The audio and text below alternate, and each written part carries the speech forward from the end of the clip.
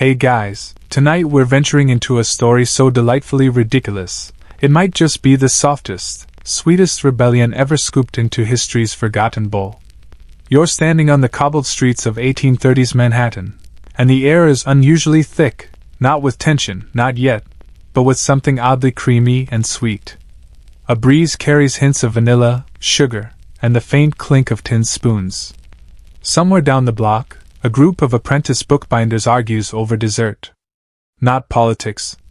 Not wages. No, tonight it's ice cream. Specifically, the lack of it. You probably won't survive this, not because of danger, but because the craving for frozen sweetness will hit harder than you expect. So, before you get comfortable, take a moment to like the video and subscribe, but only if you genuinely enjoy what I do here. And drop your location and local time in the comments. I love seeing where you're tuning in from. Now, dim the lights, maybe turn on a fan for that soft background hum, and let's ease into tonight's journey together. You begin your walk near Chatham Street, where the air is thick with dust and debate. It's July. The kind of sticky New York summer where even shadows feel too warm, and men loosen their collars like it might change the weather.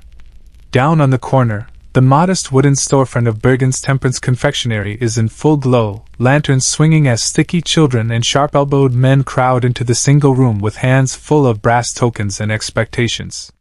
But the mood isn't light. Because Bergen's is out of vanilla. Not low, not come back tomorrow. No. Gone. And the patrons? Not thrilled.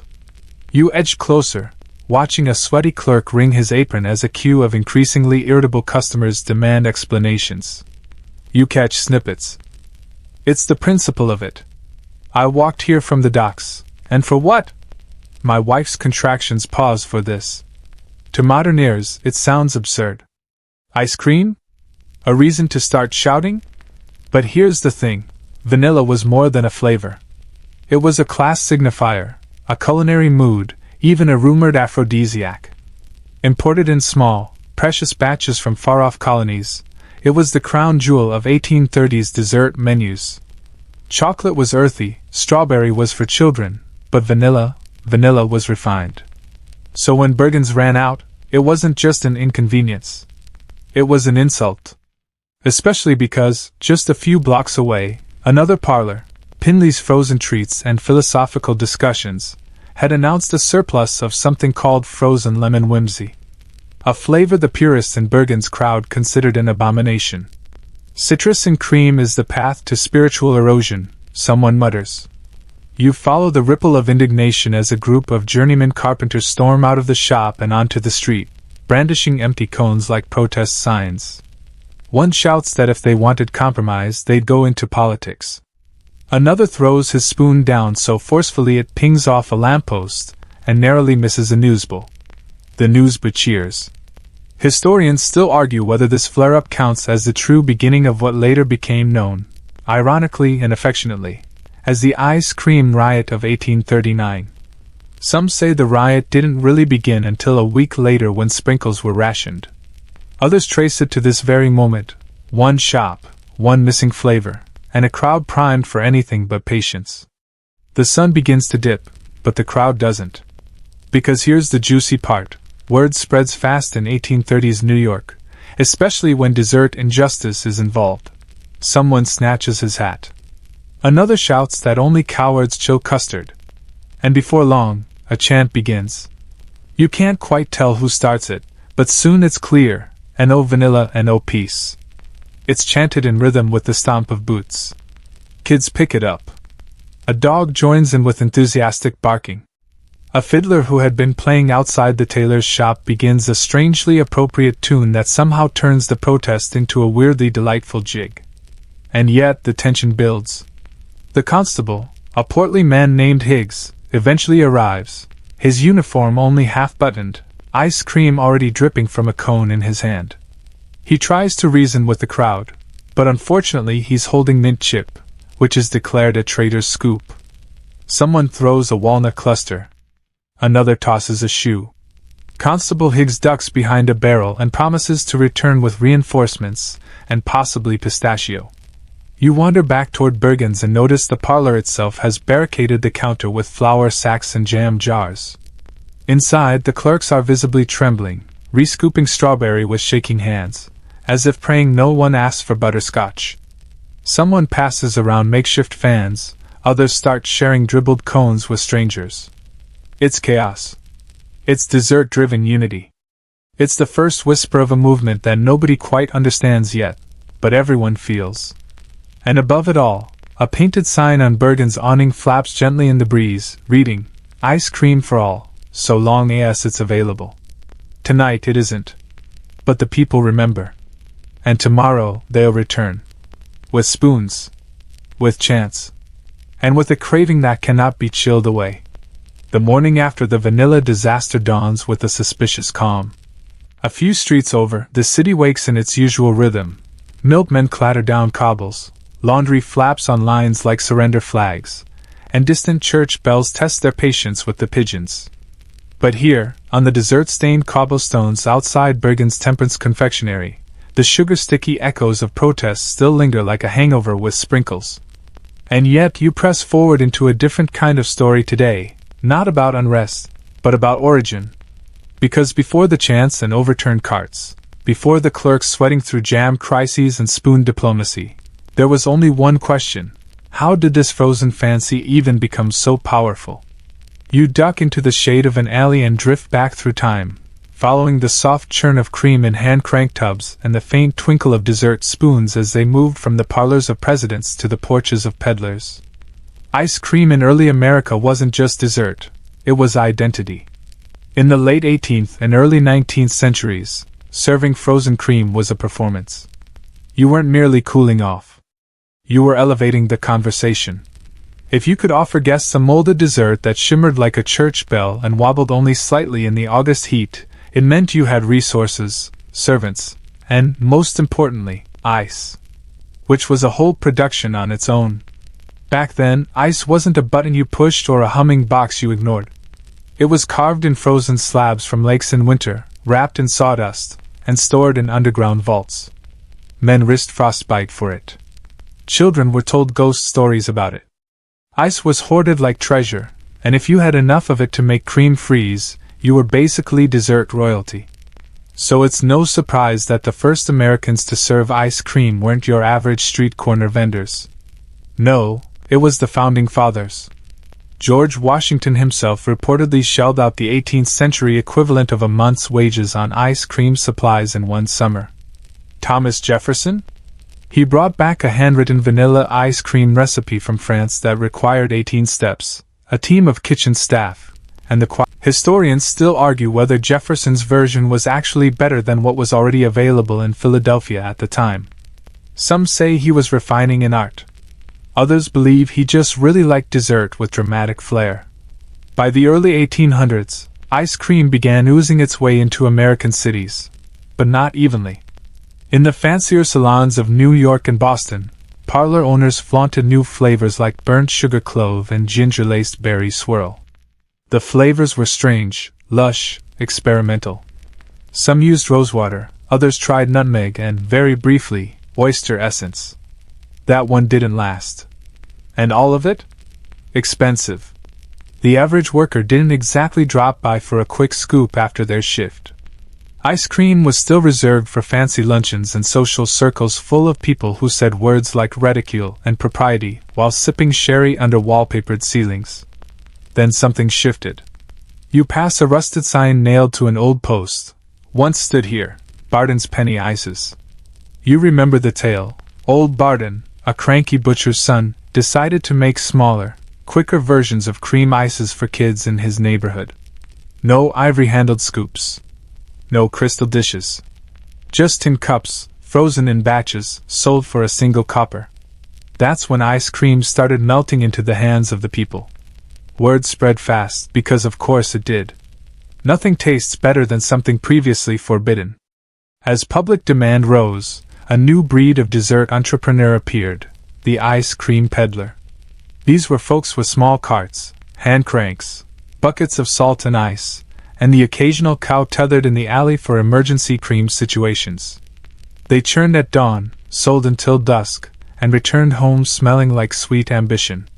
The flavors weren't exotic: lemon ice, vanilla, when it wasn't prohibitively expensive, sometimes chocolate. But they were cold, they were sweet, and they were yours for a few cents. No formalware required. Naturally, the upper classes were appalled. They called it vulgar, undignified. One newspaper warned that overconsumption of public desserts may lead to loss of moral clarity and unpredictable footwear choices. Still, the trend didn't slow. In fact, the backlash only increased its appeal. By the 1830s, New York had a proper smattering of ice cream vendors ranging from barrow carts with squeaky wheels to storefronts like Bergen's, trying to keep up with demand while maintaining some sense of upper-class polish. Parlor names started sounding fancier than their offerings: the Chilled Lily, Maison du Crème, Glacé et Morel. You get the idea? But with popularity came problems. One of them? Ingredients. Vanilla beans were rare and finicky to import. Chocolate had to be shaved and boiled and sweetened by hand.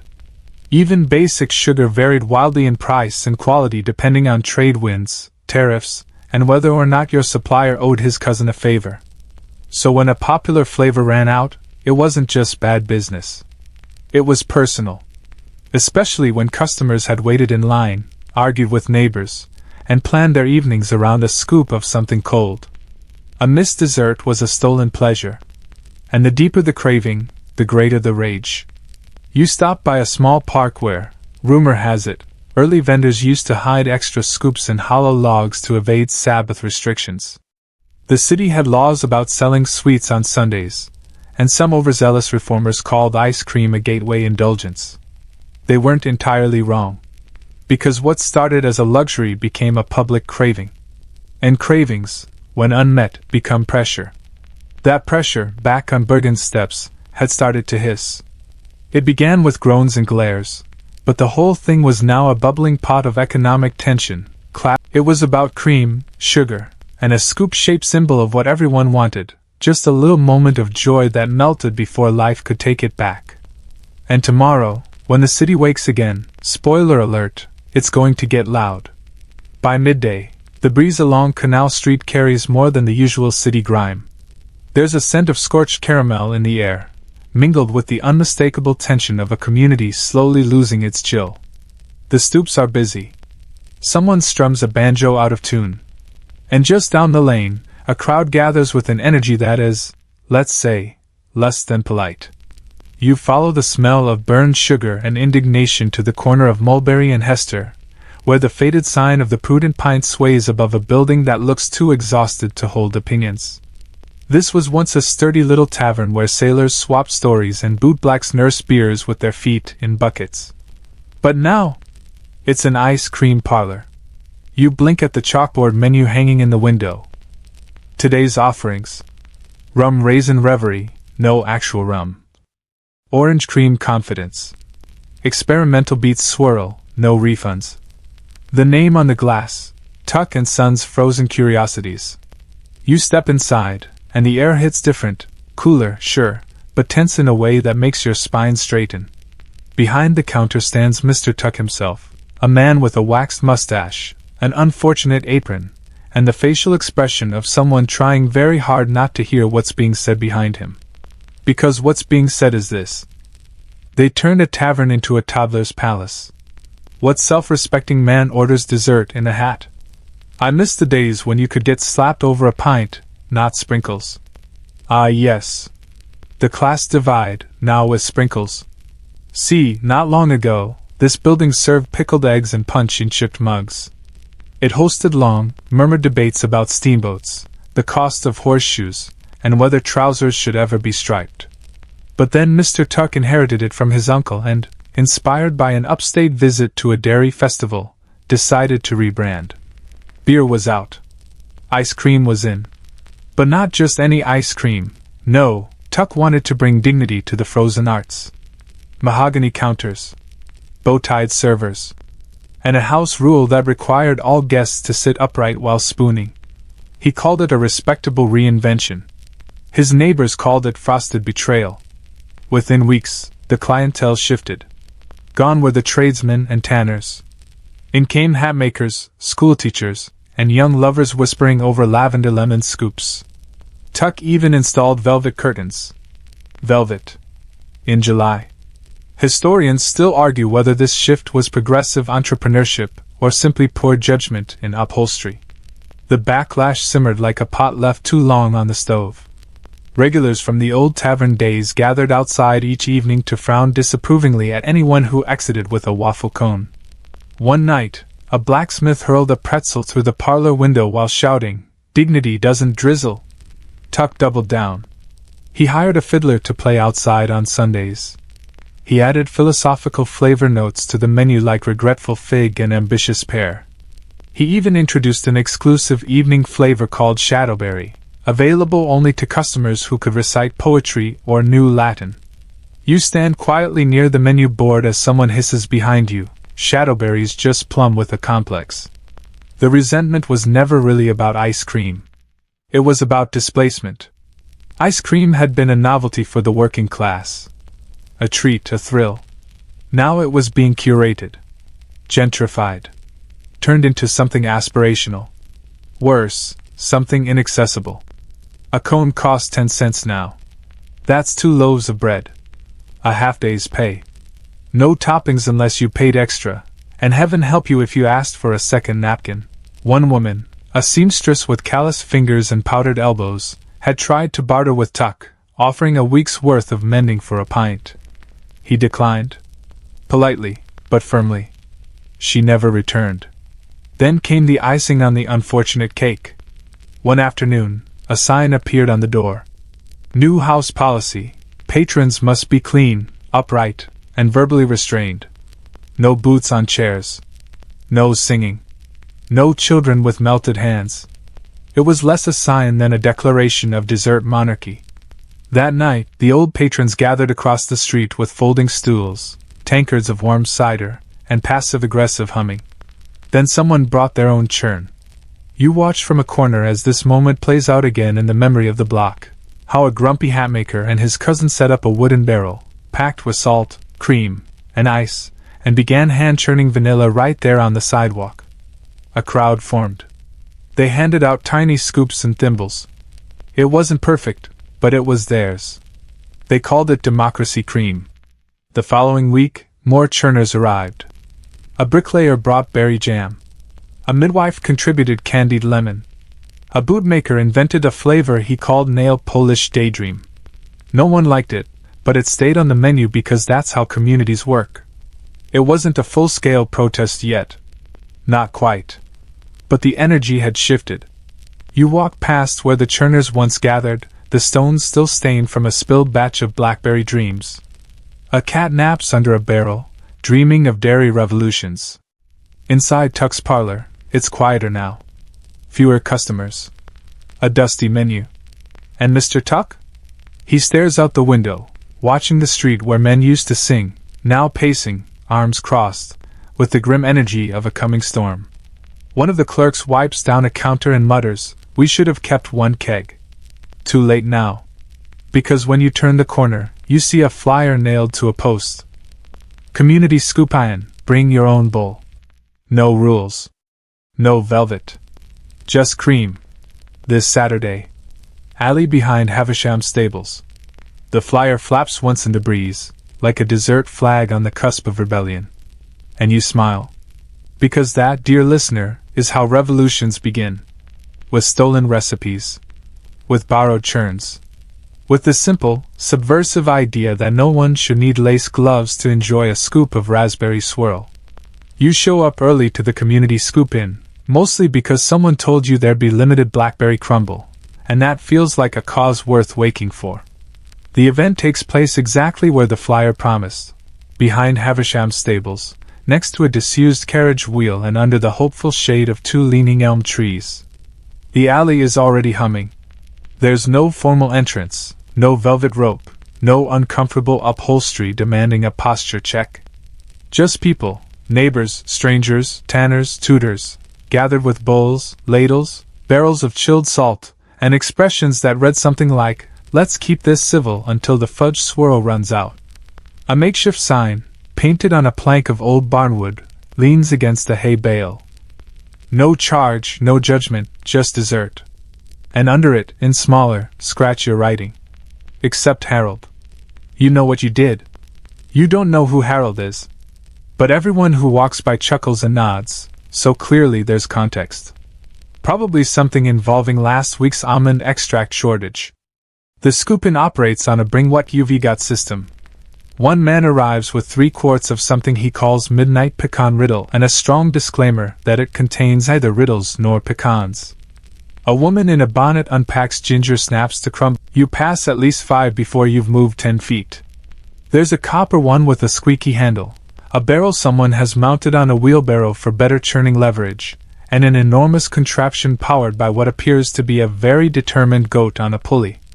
Historians still argue whether that goat, named Tulip, was truly the first livestock-powered dessert assistant in American culinary history. Some claim it was just a one-time stunt. Others say Tulip went on to appear in 3 cookbooks and a short-lived folk opera. But here, today, Tulip is a celebrity. Children take turns feeding her carrots, and she bleats with the serenity of someone who knows she's part of something bigger than herself. Something creamy. Something unstoppable. As the sun climbs, the air grows rich with scent, nutmeg, peach, roasted walnuts, a hint of lavender, and the unmistakable sharpness of overzealous lemon zest. Wooden spoons clack against tin bowls. Conversation flows like melted syrup. There's no class division here. No parlor politics. You see Mr. Tanner, the grumpy cobbler from Bleecker Street, laughing with the schoolteacher he once called a walking bonnet. A banker named Augustus awkwardly tries to churn for the first time and ends up with a sleeve full of cream and pride. Even Harold, yes, that Harold, shows up with a peace offering, cinnamon fudge ripple. They let him stay. For a while. A curious hush falls when someone brings out a small handwritten book, bound in twine and stained with sugar.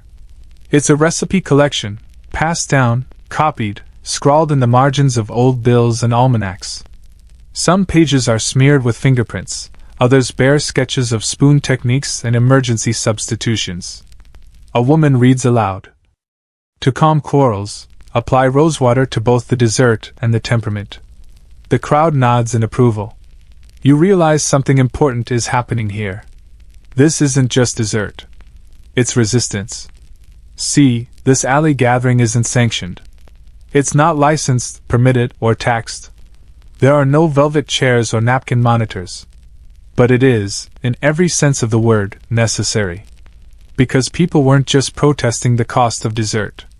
They were reclaiming the right to joy, shared, messy, cold joy that drips down your wrist and makes you laugh like a child again. Of course, not everyone's amused. You catch a flash of blue near the alley's entrance. 2 city watchmen, hats tilted, eyes squinting in confusion. They mutter. One points at the goat. The other shrugs. Technically, nothing illegal is happening. No sales. No permits required for dairy distribution under a certain volume. No signs of riotous intent. But still, the goat. It's unnerving them. They lean in to speak to a woman ladling raspberry sherbet into acorn bowls. Her name is Marybelle, and she's the sort of person who can hold eye contact long enough to make a bishop feel guilty. She listens to the officer's concerns, nods solemnly, then says, "Would you like a scoop?"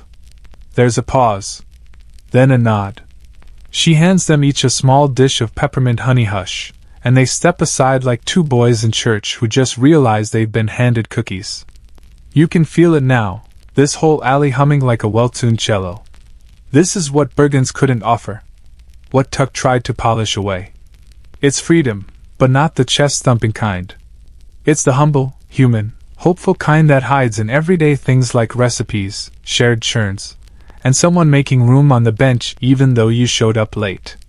Someone sets down a stack of bowls labeled for the quiet ones. Another chalks a board with the flavor count, 22 flavors, 1 goat, 0 rules.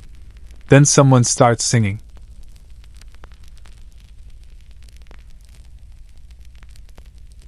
It's not a planned song, just a low, warm tune that spills out like steam from a mug. Others join in, some in key, some not, but it hardly matters. The melody loops and loops, and suddenly you're surrounded by voices and laughter, and the clink of shared scoops. You sit on an overturned barrel, breathing it all in. This may not be the riot that makes headlines, but it's the one that matters. Because it's made of spoons instead of swords, goats instead of guards, and a whole community deciding that ice cream shouldn't come with a price tag bigger than their paycheck, or their pride. And somewhere in the back, you hear someone say it. This is what dessert was always supposed to be. You nod. Because yes, it was. By the next morning, word of the scoop-in has spread like melted butter on a July windowsill. A boy with a newsboy cap 2 sizes too big zigzags through the market square, yelling at full volume. Ice cream uprising enters second day, no flavors detained. Merchants pause mid-apple polish. A laundress stops wringing out her linens. One man drops his eggs. You pass a copy of the Morning Bellwether, which now dedicates its entire front page to a breathless and slightly confused headline. Frozen mob holds city spoonbound, dairy democracy or dairy delusion. Beneath it, a grainy woodcut sketch shows 3 people gathered around what appears to be a vat of lemon custard, looking as if they're about to vote on legislation.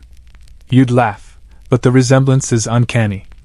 Inside the paper is a florid editorial dripping with 19th-century melodrama.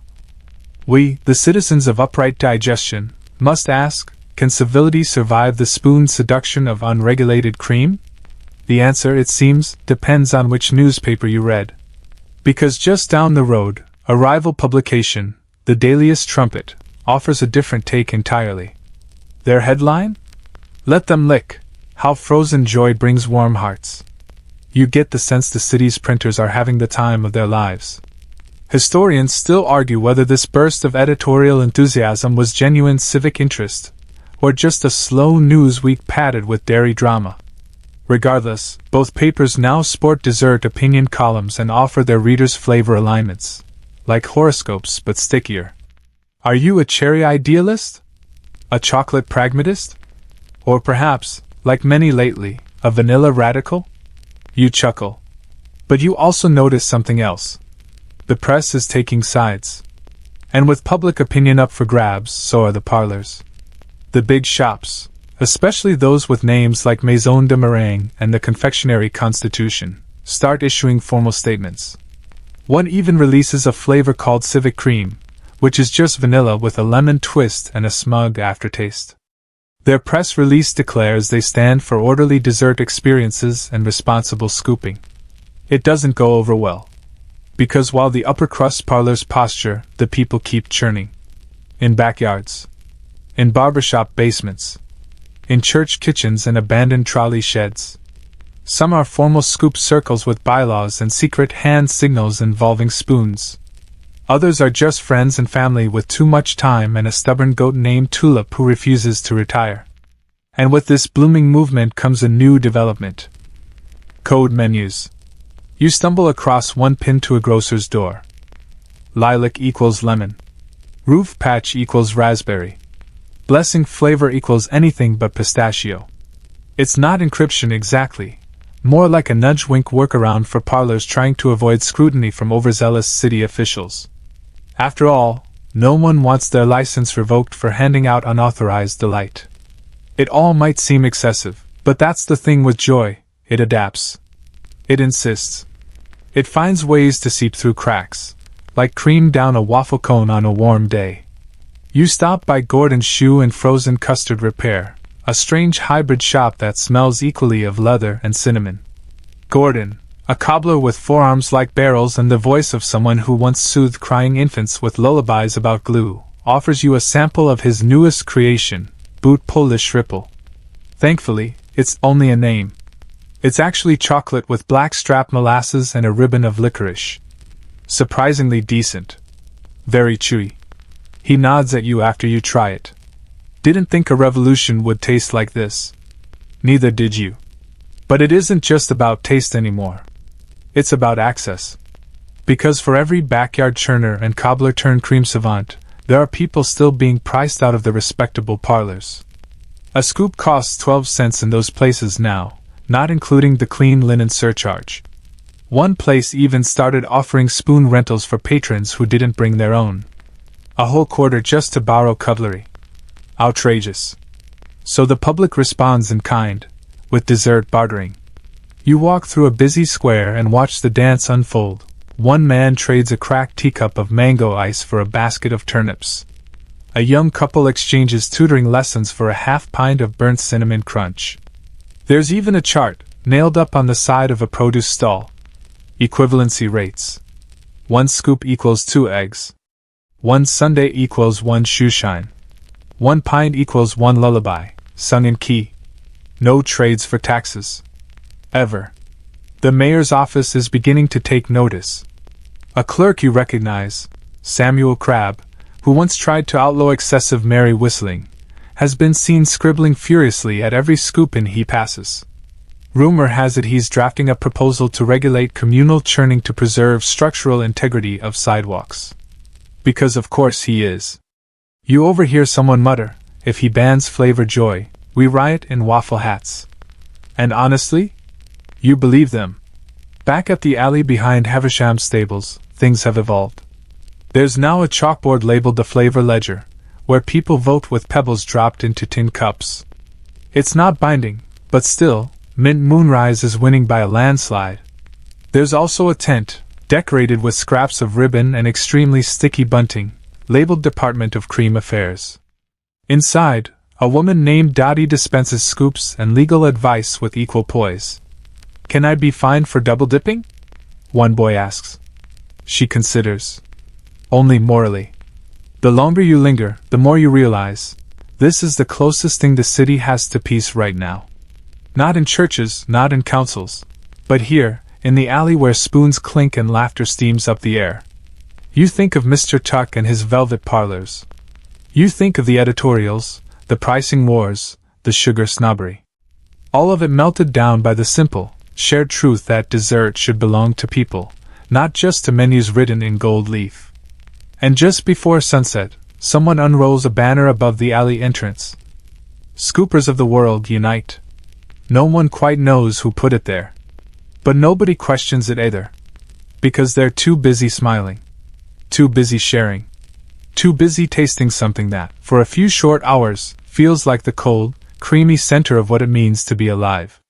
The days tick on like scoops sliding off overfilled cones, messy, a little sticky, but worth the journey.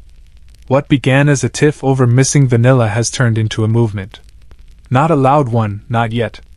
More like a steadily churning undercurrent of clinks, chuckles, and the low hum of hand-cranked rebellion.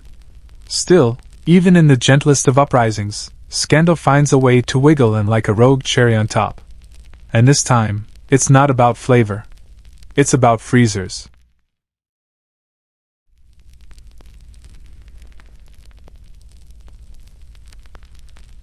Well, what passed for freezers in 1839? No humming machines here. Just big, wooden boxes packed with sawdust, salt, and giant slabs of imported ice, all stacked like a frosty game of Jenga in tightly guarded basements. You find yourself outside a once popular parlor called Greensward Delights, a stuffy establishment that famously served rose petal sherbet in oyster shells and employed a uniformed door boy to check shoelace symmetry. That's where the trouble starts. A rumor. It begins with whispers, just a few mutterings passed over cups of sidewalk custard and under-the-table cones. You hear about Greensward? Broke their freezer. Melted everything but their lies. Apparently, Greensward's imported ice shipment from Maine, the crown jewel of their frigid supply chain, was delayed. Not by hours. By days. And in the interim, their elaborate icebox quietly failed. So what did they do? According to some, they scooped anyway. Melted batches were stirred, cooled, rechurned, and passed off as velvet-soft seasonal pours. Gross. One horrified patron reportedly found a stray hairpin in his fig ripple and fainted on the spot. Another claimed her coconut froth had the texture of a damp handshake. That description alone causes several people to boycott on principle.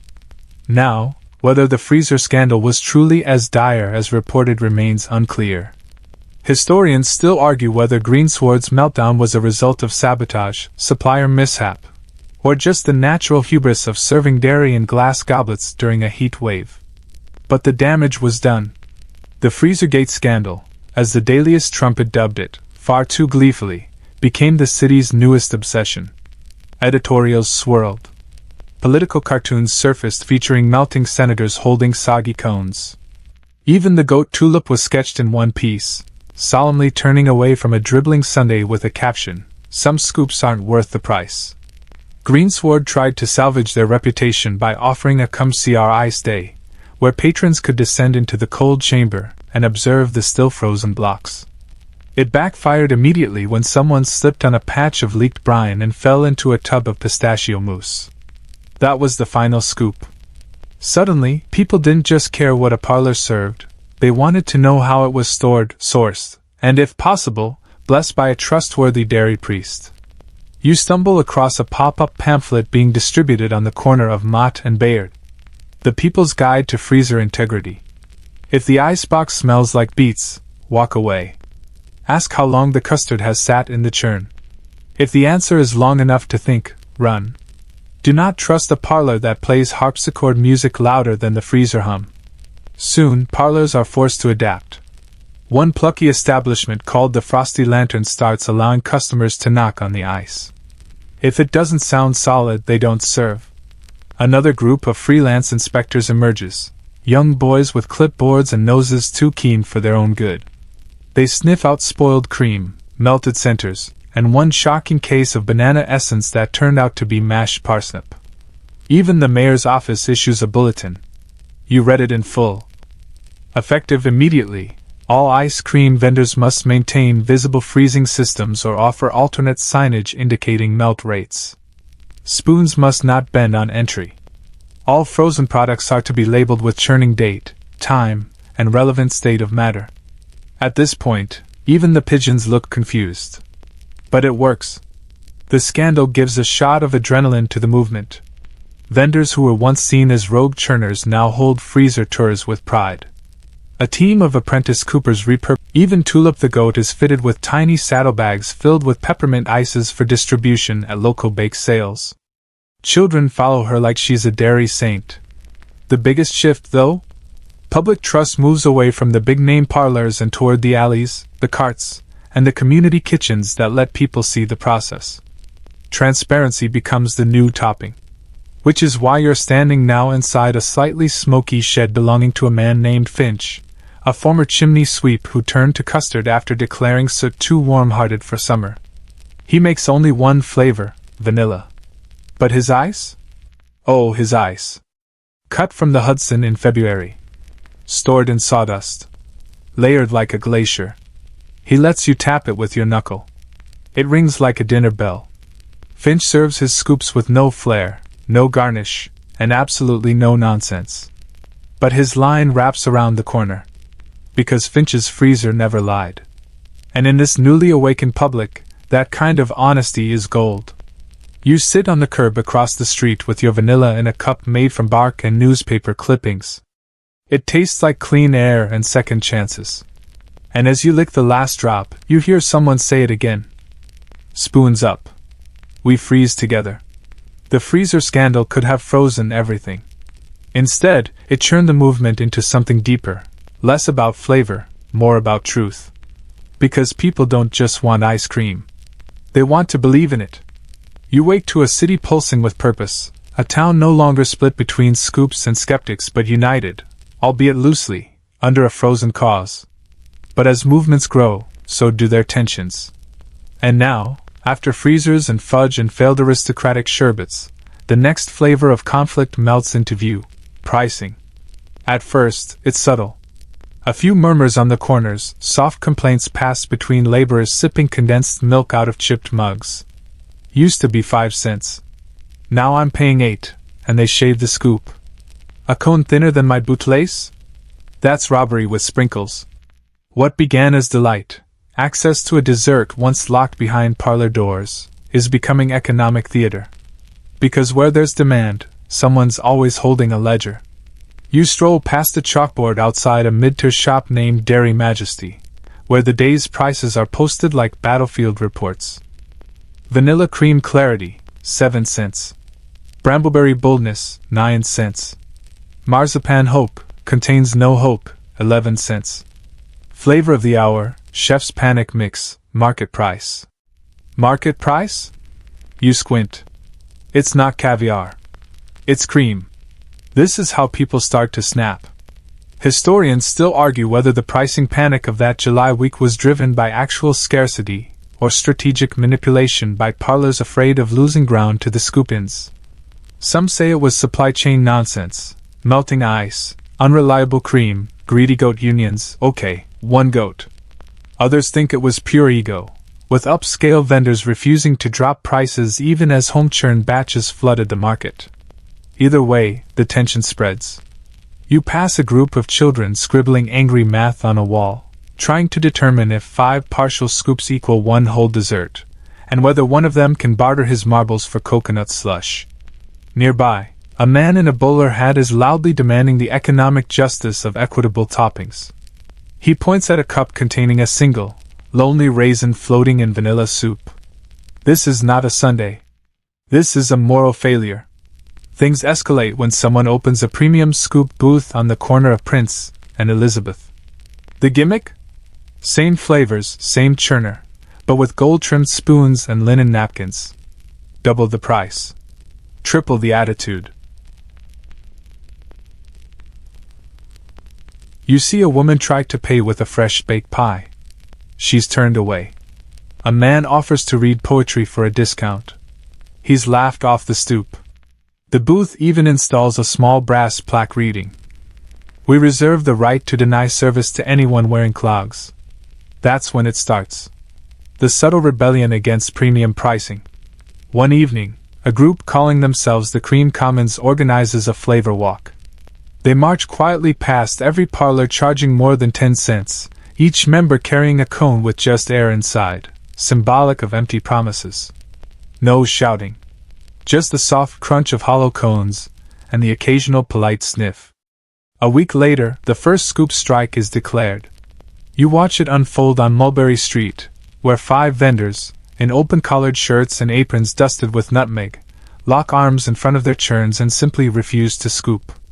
A sign above them reads, "Until the cones are fair, our cream stays cold." They hold for 3 days.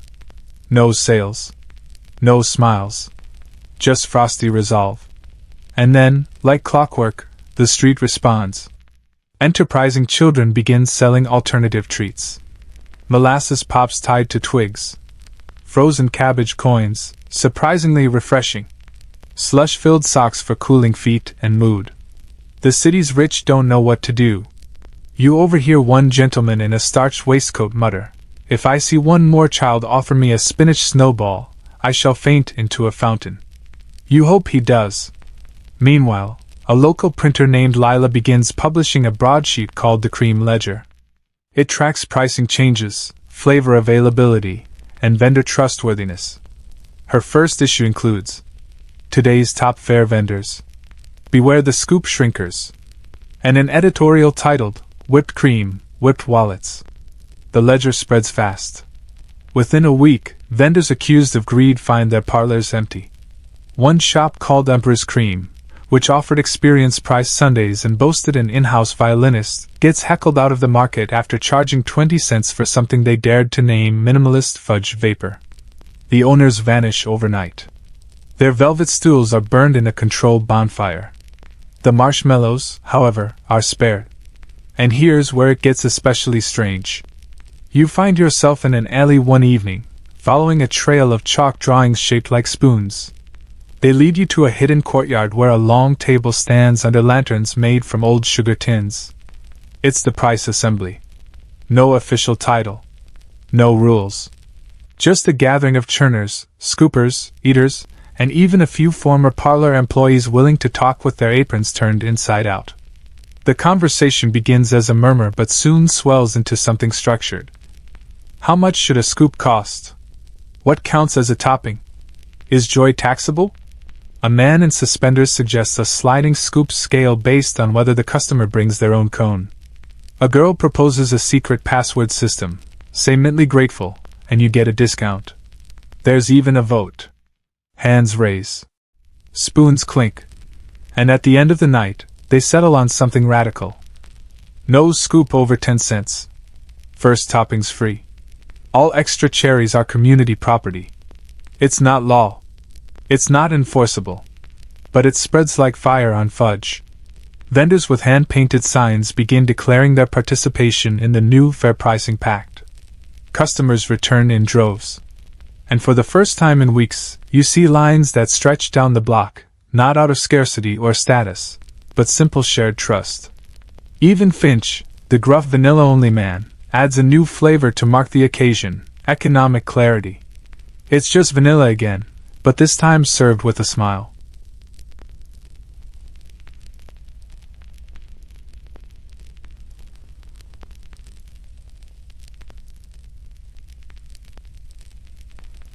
And as the moon rises, casting a pearly glow across the cobbles and cones, someone plays a flute tuned perfectly to the notes of relief. Because for all the debates, meltdowns, and misguided experiments with cabbage pops, the truth is simple. People just want fairness. Cold, sweet fairness. And for now, that's exactly what they're getting. If there's one thing that never mixes well with joy, besides warm custard and shoe polish, it's Sunday. Not the lazy, picnic-in-the-park kind of Sunday. No, this is the Reformer's Sunday. The sermon heavy, judgment thick, closed-shutter sort that makes even shadows seem overly expressive. You drift through the city on one such Sunday, your footsteps muffled by the solemn quiet imposed by the Moral Reform League of Delicate Sensibilities, or the MRLODS, if you prefer your acronyms served with a side of judgment and nutmeg. These folks, armed with pocket Bibles and expressions like curdled cream, have long regarded ice cream not as a dessert, but as a gateway indulgence. The thinking goes like this: if a man eats sweet things on a Sunday, he might next engage in idle laughter. If he laughs, he may forget to reflect. If he forgets to reflect, his soul is as good as melted. Some even argue that vanilla is dangerously neutral, seducing the mind into moral apathy. Chocolate? A well-known stimulant of frivolous thoughts. And don't get them started on pistachio. Historians still argue whether this pistachio panic stemmed from its foreign origin or just its suspicious green hue. The League has been around for years, ever since Mrs. Cora Penwhistle first stood on a church step and declared that God's Day should not be served a la mode. Back then, people mostly ignored her. But now, with the scoop movement rising and churners popping up like spring dandelions, the League sees its chance to strike. You catch their latest pamphlet fluttering from a lamppost. Sweetness is slippery. The Sunday that leads to sin. Complete with a woodcut of a man eating a banana split while clearly losing control of his moral compass. The anti-Sunday campaign starts with sermons. Ministers begin weaving dessert metaphors into their messages. The devil does not come as a lion. He comes as butterscotch. Congregants shift uncomfortably. Some nod. A few hungry children sob silently into their hymnals. Then come the street patrols, small clusters of League members in gray coats, armed with notepads, fans, and the world's most dramatic sighs. They station themselves near known scoop-in alleys and parlor storefronts, watching for Sunday spooners with all the subtlety of a goat in a bonnet. You walk past a known hot spot on Cherry Street and spot one such group glaring at a woman handing out ginger ice in teacups. She raises her eyebrow at them, and without missing a beat asks, "Would you like your judgment served plain, or with a dash of lemon?" They retreat. But the League doesn't stop there. One morning, several parlors wake to find sealed envelopes nailed to their doors. Each one contains a list of observed Sunday dessert infractions, a pressed flower for guilt, a printed declaration, heaven watches who scoops when. The reactions vary. Some parlors quietly comply, covering their windows on Sundays and serving only hot water and vague intentions. Others dig in, offering Sabbath sherbet specials and announcing a new weekly flavor named Redemption Raspberry. One bold vendor, Louisa Binks of Sherbet and Psalm, begins hosting Sunday hymn and Sunday sessions where customers sing spirituals while eating carefully rationed scoops. A League representative storms in once. Still, The movement feels the strain. Vendors worry they'll be fined. Scoop-ins go temporarily quiet on Sundays. One man is reportedly cited for excessive licking near a chapel. He defends himself, swearing it was lemon balm for a sore throat, but the damage is done. Word spreads. Fear tightens. That's when the resistance takes a clever turn. Enter Sunday substitutes. You stumble upon the first of these experiments in a basement near Delancey Street. There's no cream, no ice. Just cold stones, tea leaves, and something someone describes as philosophical tapioca. The creator, a small man named Ned with chalk-stained cuffs and a wild twinkle in his eye, explains. They said we couldn't serve ice cream. So we serve the idea of ice cream. Patrons are handed empty bowls and invited to imagine the flavors of their choosing. One woman closes her eyes and whispers, "Caramel tranquility." A boy grins and declares, "Dinosaur swirl." They all eat nothing, but leave smiling. Word gets out. Soon, metaphysical parlors pop up in 3 other boroughs. They offer thought-based cones, conceptual sprinkles, and, most controversial of all, imaginary banana splits. League members try to protest but find it hard to argue with a flavor that technically doesn't exist. You sit through a Sunday service of silent scooping, and it's oddly profound. Somehow, by doing without, people bond even more deeply. It's not about the dessert anymore. It's about the connection, the silliness, the defiance that never raises its voice.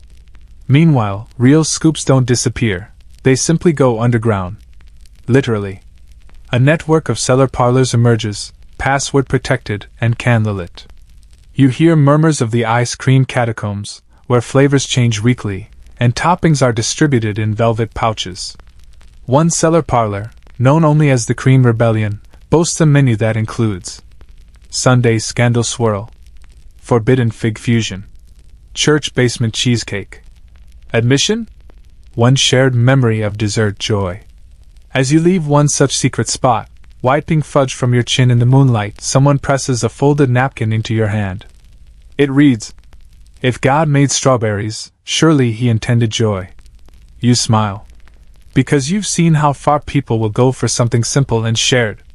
Something cold and comforting on a day designed to be still. The MLODS might police the streets, but they can't freeze the spirit. And as Tulip the goat passes by, wearing a bonnet made entirely of basil leaves, you know one thing for certain. Sunday never tasted so sweet. By midweek, you start noticing the posters. They're not flashy, no gold trim or foiled letters, but they catch your eye all the same. Hand-painted, with bold brush strokes and slightly wonky fonts, each one features a single phrase across the top. Scoops without borders. Below that, there's a simple drawing, a cone held high like a torch, its swirl spiraling upward like hope. The signature? Just 3 initials, FSC. You ask around. No one knows what FSC stands for. Some say it's Free Scoop Coalition. Others whisper Frozen Solid Citizens. A few creative types claim it's a secret acronym that changes weekly, depending on what's served at the midnight parlors. Whatever it means, the posters are everywhere. On market stalls. On the backs of delivery wagons. Tucked into fence posts and chalked on sidewalks like sacred graffiti. You first hear the name out loud at a scoop-in gathering near the docks. A tired dockworker with butter-smudged cuffs is handing out tamarind ripple in oyster shells and says between spoonfuls, "You seen the FSC cart?" Shows up where it's needed. Vanishes before sunrise. The words are almost reverent. And now you're intrigued. Because what started as a funny side skirmish in the battle for dessert equity is morphing into something more organized. More coordinated. You ask again. A teenager in striped stockings squints at you and says, "You don't find the FSC. They find you." That's helpful. Still, you keep an eye out. And one hazy evening you do find it, or rather, it finds you. You're walking past the brickyard, following the smell of roasted chestnuts and caramelized peaches, when you spot a crowd forming in the old square. No vendors. No signs. Just a rumble of anticipation. Then, from around the corner, rolls in a wagon. Not a fancy one. Just wood, wheels, and a large hand-painted awning that reads, "Scoops without borders, joy is not a luxury." The driver is an older woman with gray curls and a wide grin that could melt a glacier. Her name? Nobody says. She goes by Mother Scooper. A myth to some, a legend to most. She pulls the brake, flips open the cart's rear doors, and suddenly, it's like watching the sun rise over a buffet. Spoons clink. Flavors are shouted like battle cries. Coconut confidence. Peach rebellion. Cinnamon tolerance. No one pays a cent. The only price is presence. Mother Scooper doesn't just hand out cones. She listens. She asks names. She asks what people miss, what their parents used to make, what childhood tasted like when summer was endless and the freezer was full. Then she scoops accordingly. You watch as a shoemaker receives a cone of smoky vanilla with poppy jam, something he once ate at a fairground 20 years ago.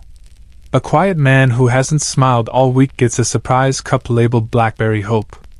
A child too shy to ask receives a spoonful anyway, along with a wink and a napkin folded like a rabbit. It's not just dessert. It's comfort. It's memory. It's defiance disguised in drizzle. Historians still argue whether the FSC was ever a formal organization or just an idea that everyone happened to agree with at the same time. There were no rosters, no uniforms, no documented leaders. Only those initials and that unmistakable energy of unity. What you do know, the cart doesn't stay long. An hour, maybe two. Then it packs up, rolls out, and disappears into the alleys like a dairy ghost. You hear whispers over the coming days. Reports of Mother Scooper showing up at closed mills, orphan homes, even a jail courtyard where she served justice jam rippled to prisoners and guards alike. She never stays long, they say. But she leaves the air sweeter. And then? Something remarkable happens. The FSC cart multiplies. No one sees it happen. It's just. Suddenly, there's more than one. Each one slightly different, some pulled by horses, others by hand, one reportedly powered by a bicycle team that plays harmonicas as they churn. You catch one cart in a flower market giving out scoops and tulip petals. Another appears outside a textile factory, where weary hands receive cold cherry cream wrapped in linen scraps. They all bear the same logo. A cone. A swirl. And those three letters. FSC. By now, it's not just about scoops. It's about reach. The movement spreads to neighborhoods that never had parlors. It reaches bakeries, fruit stalls, and poorhouses. In one alley, a group of kids teaches their grandmother how to make snow cream from iced chips and condensed milk. In another, a laundress sets up a steam scoop booth, repurposing her iron to create toasty marshmallow vapor, a warm, drinkable dessert. The line for it wraps around the bakery. Everywhere, people are improvising, churning, sharing, reclaiming. You see some slash prices. Others rename their entire menus to sound more community-forward, offering things like Solidarity Swirl and Revolution Rum Raisin. But it's too late. Because the spirit of the scoop has drifted beyond menus. It lives now in alleys and kitchens and pockets of joy passed hand to hand like contraband affection. One afternoon, as you're walking near the canal, you pass a group of dockhands eating what appears to be pickled pear sorbet out of hollowed lemons. One of them grins and says, "We don't wait for joy anymore. We make it." You nod. Because this is what the FSC stands for. Not frozen status. But freedom. Not scarcity. But shared abundance.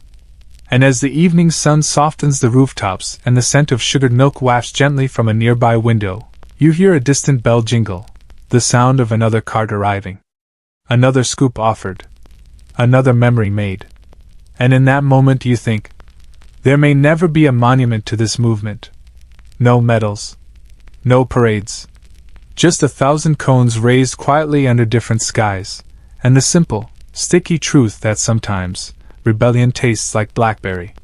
Things start to spiral in the most wonderfully chaotic way, like a triple scoop cone on a breezy day, unstable, surprising, and somehow still perfect. The flavors multiply faster than anyone can catalog them, like rabbits made of sherbet. New recipes emerge overnight and disappear just as quickly, whispered from scoop to scoop like culinary folktales. You overhear someone describe a new blend, Earl Grey Thunder, as a beverage that slaps your dreams and tucks you in afterward. It's oddly accurate. In a backlit beside a tailor's shop, a boy not older than 12 unveils something that sends the crowd into audible disbelief: blueberry dust. Not a sorbet, not a cream, just a fine, powdered ice that vanishes on the tongue like secrets. He stores it in cloth sachets and says it tastes best after a difficult conversation. Historians still argue whether blueberry dust was truly the first emotional dessert, or simply the result of someone forgetting to freeze their ingredients. Either way, it sparks a wave of experimental confections with names like Yearning Gelato and Angry Fudge, with Regret Swirl. You try one called Nostalgia Cream. It tastes exactly like something you can't name, but deeply miss. At this point, the city's elite try one last tactic: control through recognition. The mayor's office, along with a few cooperative parlors, proposes an official event, the first annual Festival of Frozen Excellence. You stare at the poster when it first appears. It's glossy. Too glossy. All serif fonts and ribbon borders and phrases like celebrating churned heritage and flavor innovations approved by the Civic Confection Board. They promise trophies, official judging panels, taste zones, and, most suspicious of all, an ambassador of ice. The people aren't buying it. You hear one passerby mutter, "I don't trust a festival that needs permits to smile." But curiosity is a slippery slope. By the time the festival arrives, curiosity has lured even the most skeptical churners out of their alleys. The plaza is filled with shining carts, velvet ropes, stage banners, and an ominous number of monocles. The judging tent alone is 3 times the size of any library in the city. At its entrance stands the so-called ambassador of ice, a man named Horatio Coldwell. Yes, really, in a blue velvet coat and a hat shaped like a sugar cone. He wields a golden ladle. You brace for disaster. It begins innocently enough. Booths display glistening domes of cream, decorated with candied flowers, carved fruit. You watch a vendor get reprimanded for offering a free second taste. Another is fined for serving crumbled drizzle without first submitting a topping intent form. A girl, just 7 years old, is told she can't enter her handmade sunflower sorbet because her cart lacks structural uniformity. You watch the joy begin to drain. The crowd grows quiet. Even Tulip, wandering through the back with a bouquet tied to her horn, seems to sense the shift. That's when the real scoopers take action. A whisper spreads through the festival like powdered sugar on a breeze. Time for the Shadow Festival. It starts with a single spoon clinking rhythmically on a lantern pole. Then another. Then 10 more. Suddenly, half the vendors close their carts, pack up and practice silence, and roll out toward the west gate. You follow. Down alleyways. Past the old mill. Across the garden fence and through a curtain of laundry. And there, in the heart of an abandoned greenhouse glowing with strung-up lanterns, is the real festival. No velvet ropes. No cone codes. Just people and flavors and music made by spoons tapping on crates. Someone strings together a garland of waffle cones and hangs it like bunting. Someone else scrawls scoopstock on a wheelbarrow and fills it with lemon chamomile bliss. There's no judging. Only tasting. People offer scoops in egg cups, thimbles, paper hats, the occasional hollowed-out carrot. Someone brings out a tray of snowball apologies, vanilla flecked with lavender and cinnamon, meant to be shared with someone you owe a hug. You notice how everyone seems to breathe deeper here. No one's proving anything. They're just remembering why they started churning to begin with. You share a bench with a woman named Margie who offers you a spoonful of something called last summer's memory. It's peach, mint, and a trace of salt from old tears. You ask how she made it. She says, "Didn't I just let it happen?" Near the back, someone builds a tower of old spoons, twisting them into a sort of altar. People add to it, one by one, until it stands taller than a man. Someone calls it the Pillar of Melted Dreams. And yet, no one feels sad. Because here, failure is edible. Joy is messy. Community is flavored with whatever's left in your cupboard. The elite festival across the plaza, with its speeches and ladles and polished cones, keeps going for another hour, but eventually, even the judges start to notice the music. They wander toward the west gate. Some of them bring their golden spoons. One quietly slips off his sash and trades it for a scoop of honeyed uncertainty served in a hollow walnut shell.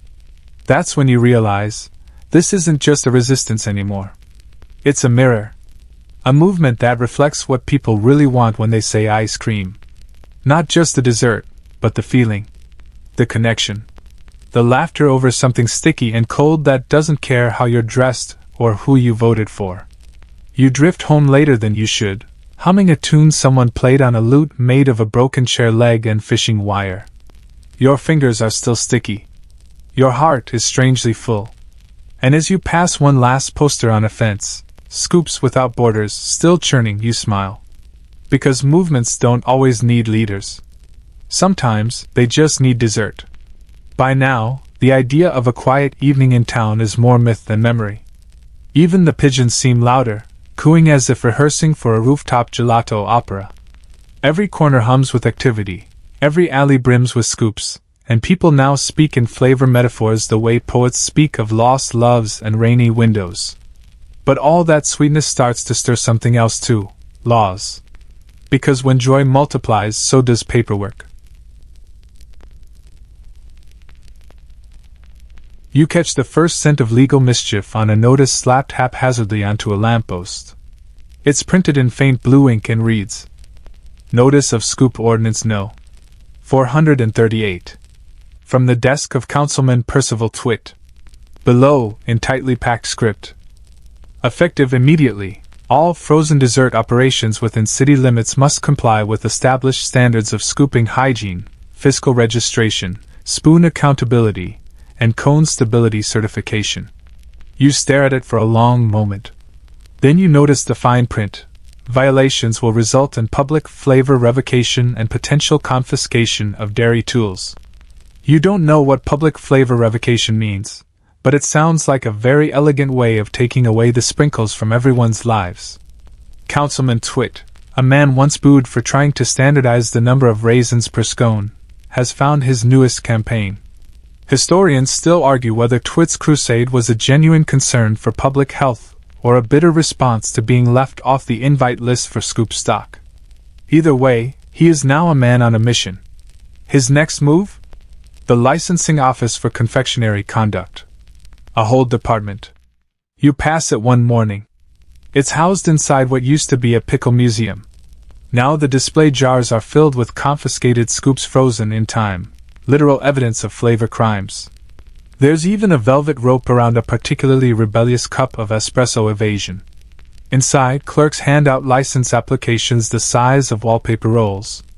There's a section on flavor ethics, a multiple-choice quiz on topping uniformity, and bafflingly, a question asking, has your cone ever inspired insubordination? Most scoopers, of course, ignore it. But a few comply, if only to keep their stalls open without daily run-ins with the newly appointed flavor inspectors. Ah, yes. The inspectors.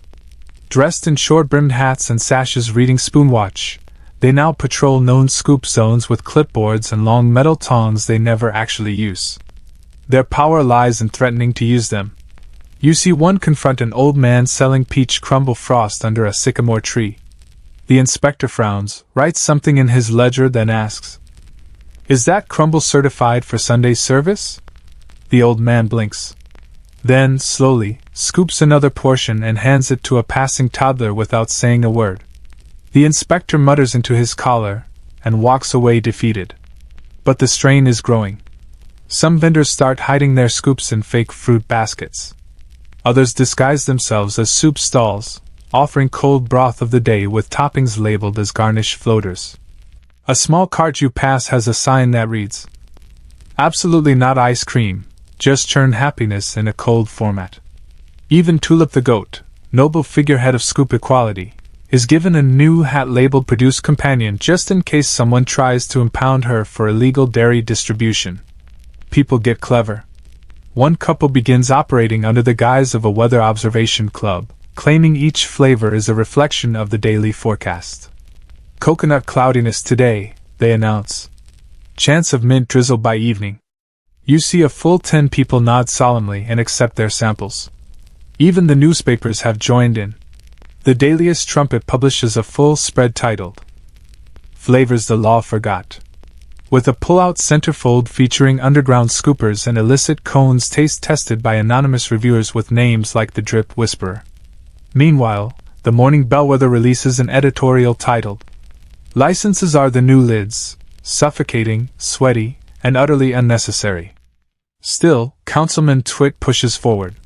He holds a press conference outside the licensing office flanked by 2 guards and a 3-tiered cake made of lemon sherbet, as if to demonstrate both his seriousness and his utter misunderstanding of symbolism. He announces the proposed Dairy Compliance Bill, a 93-page document that outlines strict classifications for every kind of frozen dessert, including cream-based emulsions (Cs), fruit ice formations (FIFs), whipped disobediences (WDs). People mostly laugh. But then, surprise, someone finds a loophole. You meet her in an alley behind the newspaper office. Her name's Verity. She wears elbow-length gloves, has strawberry red hair in a coiled braid, and carries a suitcase full of legal documents and tiny custard pies. She's not a scooper. She's a notary. And she's figured out something remarkable. If an item is shared freely as a personal memento, not sold or bartered, it isn't subject to the same codes. So she creates the flavor bequeathal document. It's a tiny slip of paper where one person signs over a scoop to another as a symbolic token of gratitude. Suddenly, vendors aren't selling anymore. They're gifting in good faith. You witness one of these exchanges between 2 burly dockworkers. One hands the other a scoop of cherry tobacco crunch and solemnly states, I give you this in remembrance of the time you helped carry that wardrobe up 3 flights. The second man signs the paper, sniffs, and accepts. The inspector walking by doesn't know what to do. His clipboard trembles. And that's when it hits you.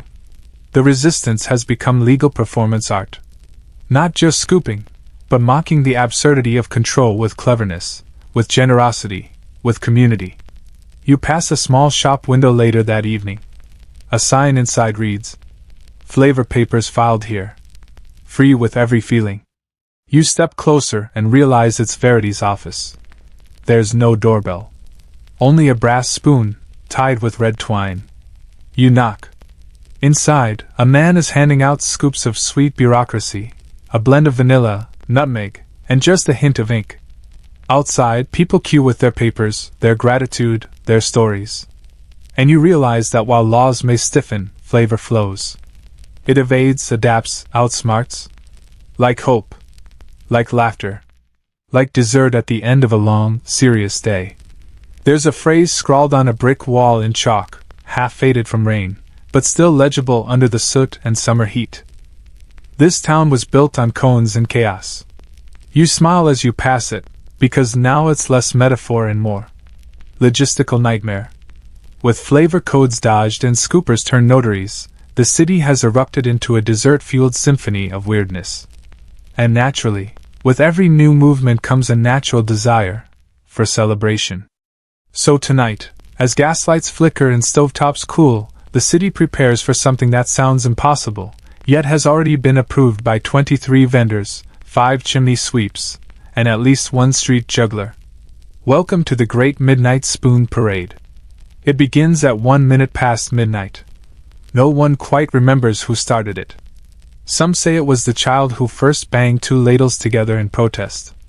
Others believe it was Tulip's hoof hitting an old tin bucket by accident. Regardless of origin, the parade is happening, and it's being organized with the precision of a sleepy, sugar-fueled revolution. You arrive at the staging grounds, a long cobblestone alley lined with carts disguised as vegetable stands. But beneath every burlap sack lies a cooler, and behind every wink hides a caramel drizzle waiting to happen. There's no formal entry process. If you've got a scoop, a spoon, or a sincere enough twirl, you're in. You're handed a paper hat shaped like a waffle cone and a wooden spoon painted silver. Someone with a sash reading Marshmallow Marshall gives you a practiced nod. And then the procession begins. The opening act?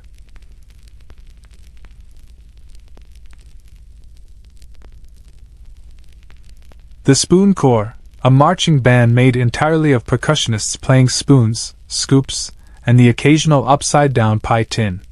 They beat out a rhythm like a heartbeat under fireworks.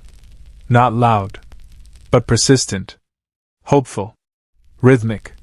Behind them, a flotilla of pushcarts rolls forward, each decorated to represent a flavor. A cart covered in lemon slices and daisy chains plays zesty tambourines. One cart emits peppermint steam from a hidden kettle. Another, shaped like a frozen log cabin, offers sarsaparilla nostalgia to anyone over the age of 70. Historians still argue whether the cinnamon volcano cart that followed was a genuine culinary innovation or simply the result of someone forgetting the lid. Either way, it got applause, and only slightly singed eyebrows. You walk alongside a girl wearing a gown made entirely from recycled napkins, each scribbled with old flavor recipes. She tells you her mother used to dream in pistachio. Her father preferred rhubarb. They compromise now with marriage sherbet. Your next step is nearly stopped by a sudden boom overhead. A burst of confetti made from dried mint leaves and wafer shards rains down. A cheer erupts. Tulip appears, naturally, wearing a bioluminescent collar of glowing jelly cubes. She leads a miniature brass band of harmonica players, each pulling tiny carts of goat-friendly frozen moss pops. You didn't even know moss could be frozen, let alone popped. Halfway through the parade, the crowd begins to swell. Not spectators, participants. They pour in from alleys, bakeries, underground parlor cellars. There's a boy twirling a ribbon of cold caramel on a broomstick like it's Olympic art. A group of librarians chants flavor poetry. Churns softly through chaos. Let sugar light the night. No law contains a Sunday. No ordinance holds delight. You're handed a cup of moonlight praline, a blend made only after dusk and served with a whisper. It tastes like secrets you want to keep and share all at once. There are no judges here. Only joy. No cones too big. No scoops too small. Someone rolls out a barrel labeled emergency fudge. A child cheers and declares this the best day since his cousin turned a candied apple into a fashion statement. And you know what? He's right. But not everyone's clapping. In the shadows along the curb, you spot the familiar trim of a spoonwatch sash. A handful of inspectors linger, eyes narrowed, ledgers twitching. But they don't move. Don't intervene. Just watch. And maybe that's the victory. Because what do you do when a whole city scoops in unison? When a parade isn't a protest, but a lullaby with sprinkles? Councilman Twit, reportedly, is locked in his office, scribbling a new ordinance about nocturnal flavor gatherings. Rumor has it he tried to classify chocolate ripple as a controlled substance. No one's listening. The parade reaches the square just as the moon hits its peak. The final act emerges. A float so absurd you nearly drop your spoon. It's a 12-foot spinning sundae, complete with whipped cream dancers, a cherry juggler on stilts, and a trained pigeon named Gertrude who's been taught to drop tiny sugar hearts into the crowd. You catch one. It melts before you can read it. Someone rings a bell, a real church bell borrowed for the night, and silence falls. The music stops. The spoon still. And from the center of the square, a voice calls out. For every scoop denied, we offer 10 more freely. For every cone cracked, we mend it with laughter. For every cold night, we churn warmth by hand. It's Mother Scooper. No stage. No mic. Just presence. She raises her cone. The crowd mirrors her. Thousands of cones. Cups. Spoons. Fingers sticky with hope. And then, without fanfare, people begin to share. Not sell. Not trade. Just offer. Strangers pass each other a taste. A memory. A story flavored like root beer or failure or birthday cake never eaten. You take a spoonful from a woman you've never met. It tastes like a dream where no one says not today. Just here, try this. You linger as the crowd starts to disperse, as gaslights dim and bells fall silent. A man in a velvet coat hands you a tiny bite of something he calls goodnight ginger snap. It's warm, soft, and tastes like final pages and fresh blankets. You don't ask for seconds. You don't need to. Because this isn't about ice cream anymore. It's about joy made public. Delight made edible. Community that refuses to melt under scrutiny. And as the moon dips low and the city yawns itself into dreams, you walk home not tired, but full, in the truest, quietest way. The city wakes slow the next morning, like a child caught between sleep and the echo of a really good birthday party. There's powdered sugar on windowsills, and a sticky trail of cherry syrup crusting the cobbles outside the mayor's office. No one claims it. No one cleans it. Everyone sort of agrees it should stay. You wander through this sugared silence, and you start to notice something new. The scoops have changed. Not just flavors, though yes, there's now something called lunar tarragon crunch being served in seashells, and it's unclear whether it's dessert or medicinal tea in disguise. What's changed is the role ice cream plays. Before it was a treat. Then it was protest. Now it's currency. It starts subtly. A grocer accepts a cup of cinnamon hope in exchange for a loaf of stale rye. A cobbler patches up a boot sole and receives rum butterscotch reconciliation with extra drizzle. And then you see it everywhere. In corners of the market, people barter small tubs for services, childcare, translation, a heartfelt hug from someone who knows how to pat your back just right. You pass a mural being painted with a message in swirls. If it melts, let it be shared. Some are calling it the cream economy. Historians still argue whether this shift actually impacted real trade metrics or was just a poetic anomaly. But for a few glowing weeks, the city hums with scoop-based exchanges. Not everyone is thrilled, of course. You catch a banker grumbling in the park about the volatility of dessert-based assets and the absence of interest rates on jam-top negotiations. But most people lean in. There's even a chalkboard posted at the corner of Baker's Row, tracking daily scoop value trends like a stock ticker. 1 scoop equals 3 kind words plus a daisy. 2 scoops equals patchwork mending or 1 secret, non-scandalous. 3 scoops equals a song played well enough to cause goosebumps. You watch a teenager play a haunting melody on a water jug and get handed a towering cone in gratitude. No receipts. No questions. Some folks push it further. You find a booth titled Emotional Collateral Cones. The idea? You tell a story, a real one. Something that left a mark. And based on the vulnerability, they match you with a flavor designed for healing. You listen in. A woman shares a tale of losing her father in a thunderstorm, and receives a scoop called salted rain light. She eats it slowly. You swear her posture changes. Next in line is a man who confesses to hiding love letters in piano benches for 20 years. He's given lavender regret with cracked sugar notes. He smiles through tears. You try one for yourself. You don't say much. Just murmur that sometimes you feel forgotten, even when surrounded by people. The server, a solemn boy no older than 15, hands you a tiny bowl of something pale blue, cold as honesty, soft as forgiveness. He calls it "You're here." Not all the news systems are so heavy. In one alley, a group of teens sets up trivia scoops. You answer a question. Get it right, you earn a spoonful. Get it wrong? You have to sing a nursery rhyme backwards or perform interpretive dance. You watch a grown man in suspenders act out the Muffin Man via sock puppets. He gets a triple scoop reward and a standing ovation. Elsewhere, a schoolteacher uses sherbet to teach math. If I give you 1 scoop and you give me 1 back, do we both win? The children answer with sticky grins and mutual respect. Even churches adapt. One posts a sign. Communion wafers now served with small side of lemon grace. All souls welcome. Sprinkles optional. You see a priest bless a child with a swirl of compassion ripple and then take a silent bite himself, eyes closed, as if praying with his taste buds. Then, of course, come the philosophers. A small group sets up folding chairs in the plaza and debates the moral implications of flavor as value. One man asks whether injustice can be counterbalanced by a particularly perfect cherry. Another insists that mint chocolate chip is inherently utopian.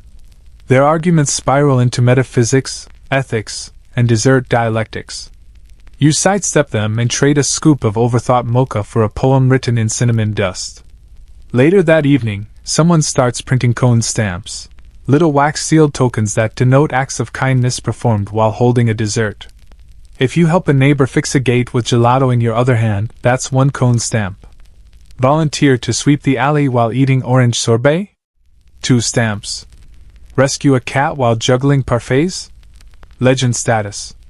You hear whispers of a new position forming, the scoop keeper. No uniform, no office. Just someone who records these moments. Keeps track. Listens. A flavor historian of sorts. You think about applying. After all, you've been here through the meltdowns, the revolutions, the raisins. You understand what it means to be sticky with purpose. And then one afternoon, you pass a little girl seated on a windowsill, holding out a tiny cone of peach cardamom. She's offering it to anyone who'll take it. You ask her why. She shrugs. You looked like you needed it. You accept. It tastes like a nap in sunlight. She doesn't ask for anything in return. And that, you realize, is the point. The cream economy may fade, may shift, may melt in the hands of a city too busy to hold it gently forever. But while it lasts, it teaches everyone something they didn't know they needed to remember. That value is not always measurable. That generosity can be cold and sweet. That kindness, when shared, leaves the softest aftertaste. You lick the last of the cone. Wipe your hands on a napkin covered in doodled hearts. And move forward, filled not just with dessert, but with a quiet kind of wealth. You wake to a new sound, a rhythmic tapping, like someone drumming lightly on copper with a wooden spoon. Tap tap. Pause. Tap tap tap. It echoes through the alleyway in a pattern that feels both ancient and oddly danceable. When you step outside, you're met by a peculiar sight. People in aprons and cloaks and flower crowns parading past with strange instruments, whisks, tongs, spatulas, and yes, an unreasonable number of ladles strung together like wind chimes. Overhead, a banner flaps gently in the morning breeze. The ritual of the churn. Apparently, today's festivities are less about indulgence and more about ice cream as mythology. You follow the procession through winding streets toward the city square. There, a wide stage has been constructed from repurposed delivery carts and stacked waffle crates. Atop it stands a figure cloaked in layers of silk and lace, holding what appears to be a ladle encrusted with gemstones, or maybe just very fancy rock candy. They raise their hands dramatically. Let the churn commence. A cheer goes up. And then this isn't your usual street party. This is part theater, part ritual, part ice cream lore workshop. You settle into the crowd as the first act begins, a retelling of the myth of the sacred swirl, a tale whispered from churner to churner, allegedly as old as dessert itself. It goes something like this. Once upon a time, the world was too hot, too sharp, too bitter. People wept salt into their meals and burned their tongues on every bite. But one brave soul, a soft-spoken baker named Iliosa, dared to freeze sweetness. She climbed the mountain of forgetting, carrying cream and honey and a single stolen snowflake. There, under the gaze of the sky goat, yes, apparently this is where Tulip's ancestors come in, she churned the world's first spoonful of hope. Iliosa descended, handed out her creation, and healed 1,000 tiny heartbreaks in one afternoon. You look around and realize every member of the troupe is acting this out with incredible seriousness. One man is holding a papier-mâché goat head on a stick while a child mimes churning air with a laundry paddle. It is, undeniably, beautiful. And also very silly. You learn later this story was adapted from a dozen different folk tales across 4 immigrant communities. Historians still argue whether Iliosa ever existed, or if she was simply invented as a personification of what everyone wanted to believe, that sweetness could be divine. Other rituals follow. The ladle lift, where everyone hoists their spoons skyward while chanting their favorite flavor in unison. The result sounds like a strange celestial inventory. Pistachio, lemon, rum raisin, whatever that blue stuff is. Then comes the cone blessing. Volunteers dip cones in melted sugar, whisper well wishes into them, and place them on an altar made of old milk crates. Later, these blessed cones will be distributed to those feeling a bit off balance, spiritually or otherwise. You try one, inscribed with a tiny cinnamon heart and a note tucked inside. You are allowed to rest. It melts before you finish reading the rest. Fitting. From across the square comes the call to join the Order of the Sacred Drip, an unofficial club of people who have, at least once, let a scoop fall and chosen laughter over lament. You qualify. They hand you a badge made of hardened caramel and a small napkin with your honorary title, Keeper of Sticky Joy. Someone in a velvet tunic begins to read the Chronicles of the Flavor Saints, a half-satirical, half-reverent list of made-up patron protectors. You catch a few. Saint Galatia of the Freezer, who guards against soggy cones. Saint Brûlé, patron of burnt sugar and forgiveness. Saint Pistachia, who reminds you that being slightly nutty is still holy. You meet a man claiming to be the custard oracle. He offers readings based on the shape of your last spoonful and the swirl pattern left in the bowl. He peers into yours and says, "You seek clarity, but also more toppings." Not wrong. Others crowd around the whisper cart, where instead of ordering aloud, you write your craving on a slip of paper and slide it into a wooden slot. Moments later, a small drawer opens with your scoop, and somehow, your mood improves before the first bite. No one's really in charge of all this. It's the sort of event that seems to run on vibes and melted ambition. You spot a few former Spoonwatch members lurking around the edge, visibly confused but also quietly eating fudge samples. The real highlight comes near sunset. The crowd hushes as a group of elderly scoopers, veterans of the earliest resistance, step forward carrying a large, lidded churn. It's painted in murals, a goat in a crown, a cracked cone stitched with gold, a child offering a spoon to a lamplighter.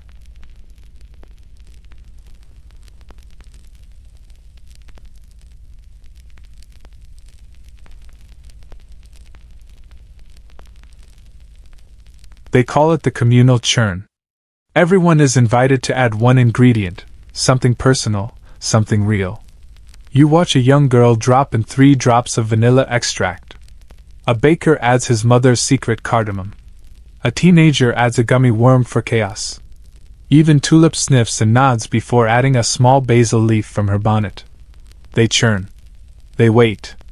And finally, as stars begin to pepper the sky, they unveil the flavor. Myriad. No other name. Just that. You taste it. And it's hard to describe. A little salty. A little floral. Somehow warm. It tastes like being hugged by someone who remembers your middle name. Like staying up too late. Like the color between blue and gray right before dawn. You finish the scoop slowly. Reverently. Someone beside you murmurs, "That's the point." It's not a flavor. It's a feeling. A bell rings somewhere. The goat choir begins to bleat a sleepy tune. Yes, there is now a goat choir, and people start wandering off with spoons tucked into their belts like swords sheathed for another day. You walk home under a sky that smells faintly of burnt sugar and belonging. And on your windowsill, you find a napkin. Folded. Neatly placed. You open it. It reads, "Tomorrow, we invent something else entirely. Bring spoons. Morning rolls in like melted sherbet, sticky, sweet, a little too bright too soon." You stretch under your quilt, still full from yesterday's ritual spoonfuls of myriad. Your dreams tasted faintly of basil and that undefinable swirl of melancholy and marshmallow that somehow always sneaks into community desserts. You step outside expecting the usual, a goat munching pastry crusts, someone juggling popsicles, maybe a new underground scoop collective forming near the tailors. But instead, you're met by a sound you haven't heard in a while. Silence. Well, almost silence. The kind of quiet that isn't stillness, but expectation. Like the city is holding its breath, waiting for the next course. You walk to the plaza and find it empty. The cone altar is gone. The whisper cart? Vanished. The spoon choir's bell, silent. Even the chalk drawings that used to dance across the cobbles have been washed away by last night's rain. All that's left is a small sign taped to a lamppost. It reads, "We pause to preserve the scoop." Apparently it's a new tradition, the cone's Sabbath. One day each week when nobody makes, eats, or speaks of frozen delights. You blink at the idea. No scoops? No swirl? No syrup banter? But as you look around, something beautiful becomes clear. The people aren't restless. They're reflective. Sitting together, sharing stories of their favorite flavors, journaling about cone collapses and near-perfect sprinkles. One woman you recognize from the marshmallow toffee cart is knitting a scarf in soft pinks and browns. It's called the Ripple Repose, she says. Inspired by peach hazelnut harmony. You sit beside her. She doesn't offer a scoop, obviously, but she does offer a story. She speaks of a time when her cart had no wheels, no customers, just hope and a cooler borrowed from her cousin. She tells you how her first flavor failed completely, turning into a soup that soaked her socks and her pride. She cried, then laughed, then tasted it anyway. It wasn't great, but it was hers. Historians still argue whether the cone's Sabbath originated as a structured holiday or a collective fluke, but today, it feels like sacred rest. Like the city exhaled and agreed to let the flavors settle. Instead of scooping, people write letters. You walk by a boy scribbling on napkins and mailing them in cone sleeves. One reads, "To the one who gave me lemon thunder when I was afraid."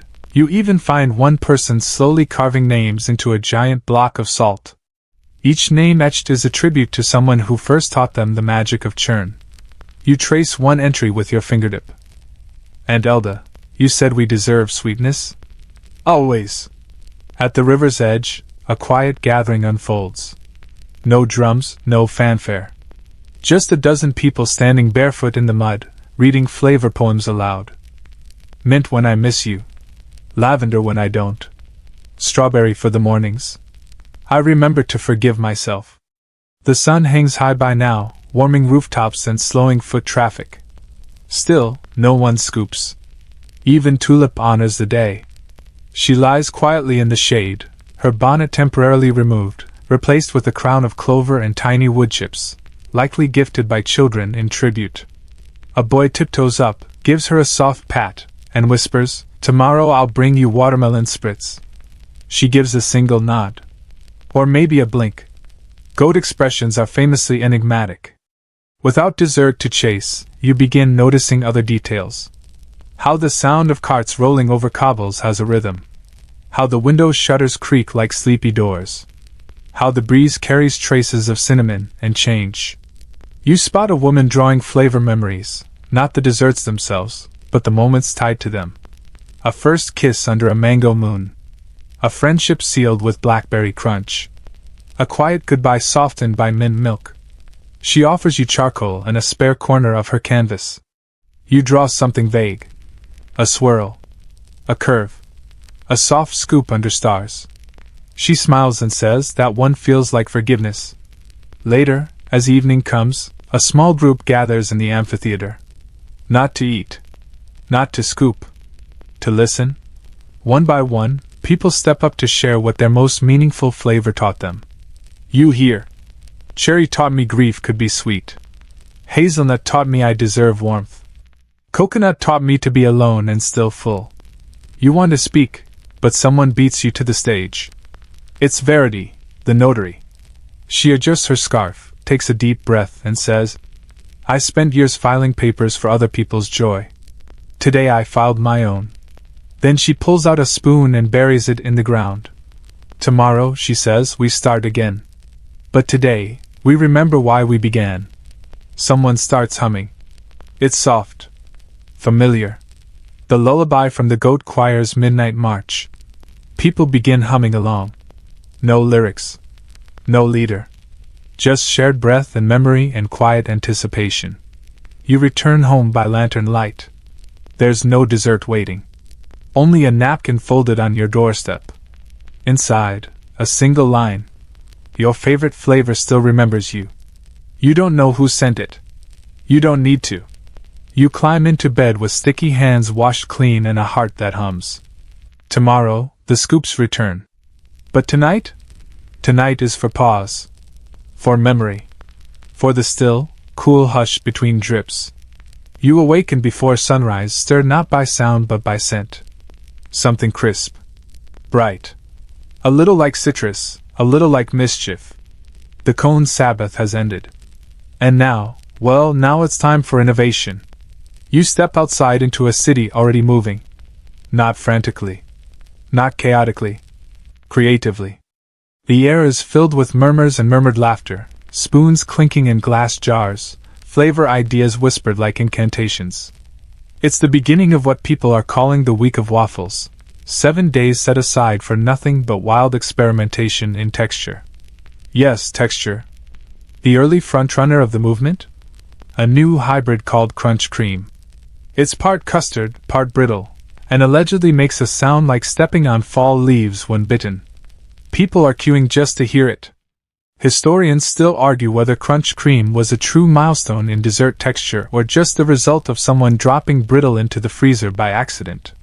Either way, it's made a noise loud enough to echo. One booth features something called Fizz Drizzle. It looks like caramel, but when it touches your tongue, it sparkles like soda pop. The creator, a retired pharmacist, claims it's the future of sauce. A nearby cart simply offers mystery mouthfeel, with warning labels and a chalkboard that reads, "Side effects may include joy, disorientation, and questioning your entire palate." You watch someone try it.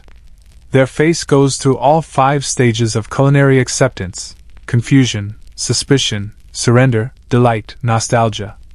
Then they high-five the vendor and walk away muttering, "I think it tasted like velvet doing a cartwheel." The Goat District, not to be outdone, launches a line of choo-choos, chewy frozen desserts served in tiny toy trains that whistle when you bite down. Tulip has an honorary engineer's cap now. Of course she does. Meanwhile, someone starts organizing informal texture tastings. It's like wine tasting, but for crunchiness.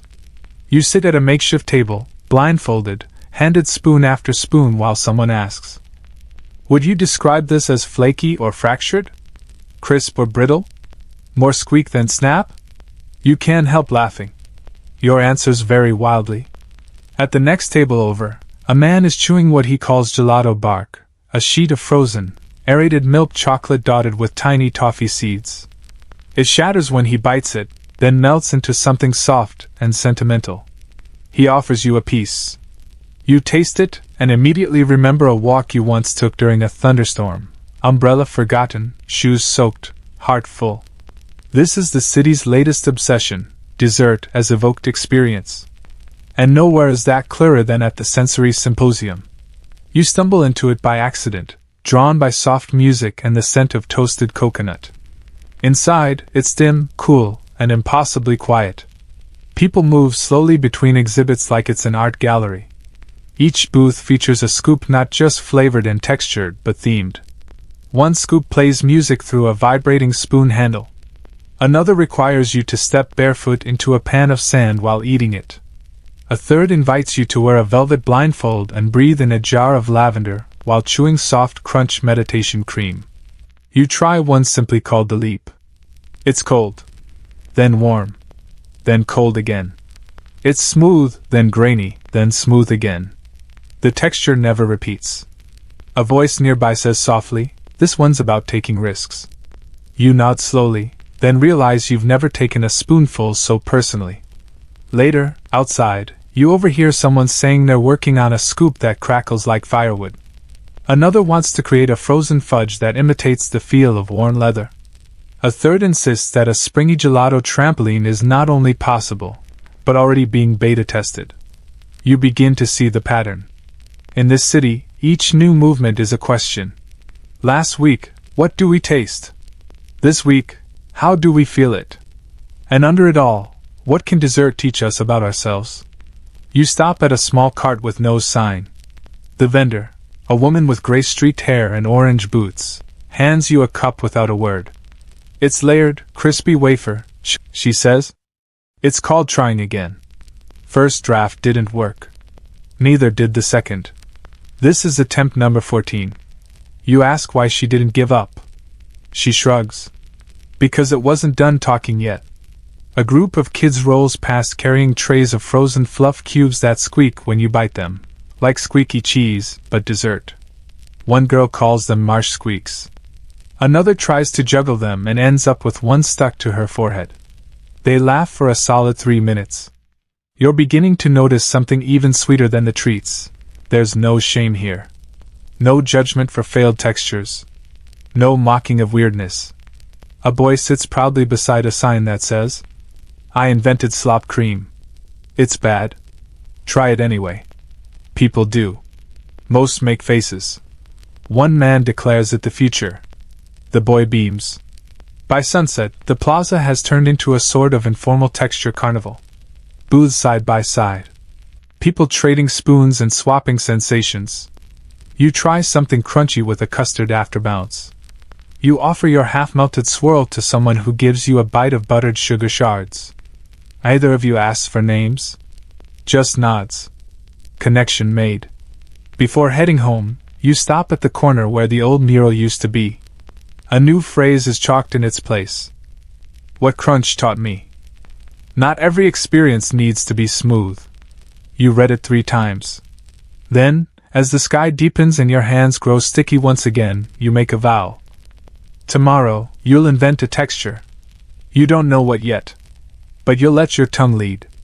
By morning, your vow feels less like a silly bedtime idea and more like a calling. You wake with a single goal: create a new texture. Not just new for you, new for the world. Something your teeth have never met. Something your spoon doesn't yet understand. The city, of course, is ready for you. The flavor forge is open. Now, the flavor forge isn't a real forge, not anymore. It used to be a blacksmith's shop, complete with soot-smeared walls and an anvil in the center that no one's been able to move since 1871. But now it's the creative center for the Experimental Scoop Society, a loose collective of inventors, dreamers, tinkerers, and people who accidentally created chewable jelly one night and just ran with it. Inside, there are no booths or walls. Just one large, echoey space filled with bubbling cauldrons, whirring contraptions, bowls of strange powders, tubs of chilled mousse, and a goat-shaped gong no one's brave enough to strike twice. You enter and are immediately handed a pair of elbow-length gloves and a warning. Don't lick anything unless it asks you to. You nod solemnly. Your workstation is a small wooden table near a crate labeled Resilient Caramels. Do not stack. The air smells like almond paste and ambition. Around you, chaos unfolds in the most beautiful ways. To your left, a woman is working on stretchy sherbet. She claims it should pull like mozzarella but melt like snowflakes. It currently behaves like neither and sticks to her chin. To your right, 2 twins are developing a shimmer syrup that changes texture based on your mood. So far, it reacts mostly to frustration, turning to glue when they argue. There's even a gentleman in the corner using tongs to suspend cubes of sour velvet over an open flame. He offers you one on a toothpick. You try it. It squeaks like a balloon and finishes like regret dipped in whipped cream. You nearly cry. He pats your back. That's the dream, he says. You roll up your sleeves. Your turn. Your first attempt is cautious. Gelatin folded into whipped ice, folded again with toasted breadcrumbs. It tastes like disappointment. Attempt 3 involves something called flavor dust, which turns your cream into textured clouds. You take one bite and your molars whimper in protest. A nearby goat coughs dramatically. Tulip, probably. You keep going. By mid-afternoon, you've mixed 7 failed prototypes, stained your gloves lavender, and accidentally invented a self-bubbling marmalade. It escaped its bowl and is now gently humming from the corner shelf. But then, attempt 8. You don't even know what leads you there. Just instinct. Muscle memory. Something whispered from a midnight scoop long forgotten. You layer frozen custard with thin, curved wafers treated with a dash of salt and something called jitter honey, harvested from bees raised exclusively on chamomile fields. You drizzle the whole thing with a molasses ribbon infused with cracked sugar pop. The result? The spoon cuts clean. The first bite is crisp, but not sharp. A low, satisfying crunch, followed by a slight bend, like chewing a well-loved page in a book. Then the ribbon kicks in, tiny pops, soft warmth, and a tingle along the gums like a pleasant secret. Someone next to you turns their head. You offer them a bite. They chew. They pause. They blink slowly. That, they whisper, feels like a conversation I didn't know I needed. They name it on the spot. Crunchel. Crunch meets cuddle. You're stunned. And weirdly proud. A few more gather to try it. A child takes one bite and starts humming. An old woman smiles and mutters, "This would have saved my first marriage." A goat licks the bowl clean. You're flattered. Soon, someone pulls out a notebook and records the formula. Another draws a doodle of the texture curve, how it breaks, bends, melts, lingers. There's applause. Gentle, but genuine.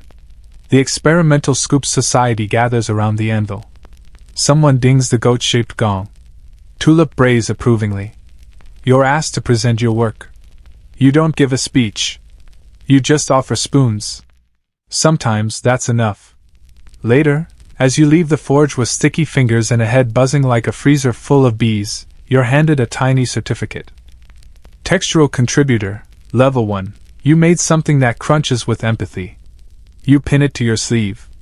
Out in the streets, the world is already whispering about Crunchel. You hear a child describing it to his dad as like biting into a smile that hugs back. A baker mutters plans to layer it into cake. A scoop poet wants to write odes in its honor. Historians still argue whether Crunchel marked the peak of the texture renaissance, or merely cracked the surface of an even deeper frozen revolution. Either way, it entered the scoop lexicon by dusk. You pass by Verity the notary, who now doubles as the official flavor archivist.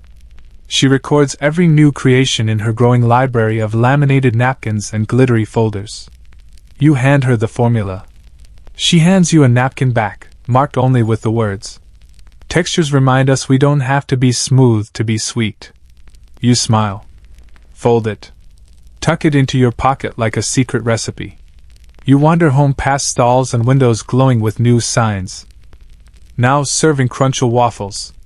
Try our Crunchel latte float. Limited Crunchel explosion sundaes. Bring your own spoon. You're exhausted, elated, and hungry for more. Not for food, but for what comes next. Because if you can invent texture, maybe you can invent anything. Even peace. Even soft endings. Even the perfect midnight bite. You wake to a knock on your door that sounds suspiciously like someone tapping out a drum solo using a popsicle stick. You open it to find a small envelope pinned to a taffy ribbon and a single sugar spoon lying on your stoop. Dear architect of Crunchel, your presence is humbly requested. Bring an open mind and a durable palate. Today, we build. You squint at the sugar spoon. It's engraved with a symbol. 2 cones crossed like swords, under a waffle arch. It glints slightly in the sun. Apparently, today is Structural Sunday Day. The term sounds fake. You suspect it began as a joke, but here, jokes have a way of becoming law. You follow a chalk trail through the streets, each marking directing you towards something called the Arena of Assembly, a circular plaza usually reserved for soapbox poets and goats in retirement. Today, it's transformed into a construction site for edible architecture. Massive frozen domes. Ice cream bridges suspended by taffy ropes. Towers made of cookie slabs, sherbet grout, and licorice scaffolding. You pause in awe as a team of elderly women in aprons lowers a glittering chandelier made entirely of spun sugar stalactites into the center of a raspberry-glazed rotunda. It gently hums in the wind. Someone offers you a safety helmet woven from waffle strips and ties it under your chin with cherry licorice lace. The challenge is simple. Build a freestanding structure entirely from dessert components that survives at least 1 minute in the sun. The reward? Bragging rights, a ceremonial spoon medal, and first bite of the Grand Parfait beacon, a mysterious tower promised at sunset, said to contain 49 layers of community-submitted flavors, including something called bittersweet bureaucracy swirl. You're assigned a partner, an older man named Harold who says he once built a pudding gazebo during the Great Vanilla Drought of '08. You don't ask what that means. You trust him immediately. Together you begin. First, the base. Crunchel, naturally, its balance of firm yet forgiving gives you just enough chew to stabilize the corners. You mix it with stiffened chocolate shards for framework and stack them like bricks. For the walls, alternating sheets of frozen lemon tuile and crystallized ginger sugar glass. Roofing? Caramel shingles, curved and cooled over the back of spoons to form a perfect scoopboard arch. Harold crafts support beams from peanut butter rods and reinforces them with frozen coconut lattice. You discover early that marshmallow mortar looks great but buckles under heat like a Victorian fainting couch. Swap it out. Replace it with almond nougat paste, stiffer, more dependable. As you build, the plaza buzzes around you. To your left, a trio of teens attempts to recreate the town hall from almond nougat and hopes. It's leaning. Boldly. To your right, someone's constructing a miniature amphitheater from baked Alaska bricks and whispering motivational speeches to it. In the far corner, a team of engineers debates the tensile strength of pistachio toffee. One holds up a diagram on a cone. The other nods, chewing solemnly.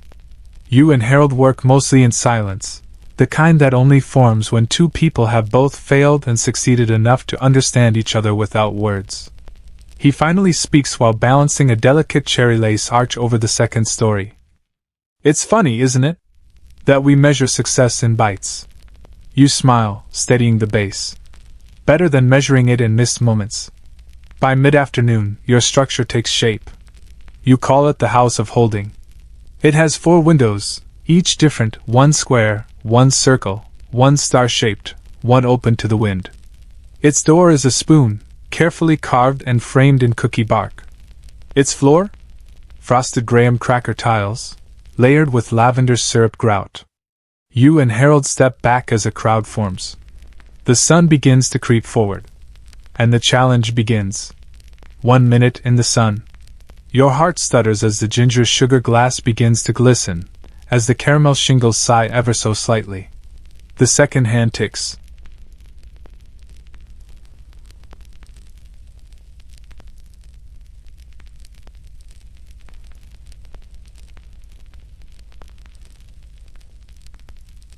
A bead of syrup runs down one side. The crowd leans in. And then, ding! A small bell rings from the judge's podium, shaped like a buttercream pagoda. Your structure survives. Barely. Heroically. The judges approach. One licks a wall. Zingy. Another knocks on the peanut butter beams. Surprisingly resonant. A third takes a small bite of the caramel shingles, then weeps softly into her clipboard. You're awarded the Golden Scooplet Medal for Edible Engineering. It's actual gold. Candy gold, but still. Harold insists you take it. You split it down the middle with a fork and wear it as matching brooches. You're both invited to sit on the high bench for the unveiling of the grand parfait beacon. At sunset it arrives. Rolled out on a cart pulled by costume goats, tulip leads, wearing a cape of blackberry velvet, the beacon towers at least 7 feet tall. Each layer has been added by a different builder, artist, dreamer, or child. You spot swirls of complicated joy, a bittersweet chocolate raspberry maze. Wistful Tuesday, frozen yogurt with scribbles of regret fig. Second chance praline, starts plain, ends like fireworks. And disasterberry crunch, invented by accident, adored on purpose. The crowd surrounds the tower, quiet in reverence. It's not just dessert. It's story, memory, architecture of the soul. Mother Scooper herself steps forward and declares, "Let it stand. Let it soften. Let it be remembered. And when it melts, let it melt into us." At her signal, spoons are passed. One by one, people taste. Not in haste. In gratitude. You receive your spoon from a child who tells you his layer was banana hopes. You scoop into trust fudge. It tastes like being believed in. By the time the sun fully sets, the beacon is gone. Melted. Shared.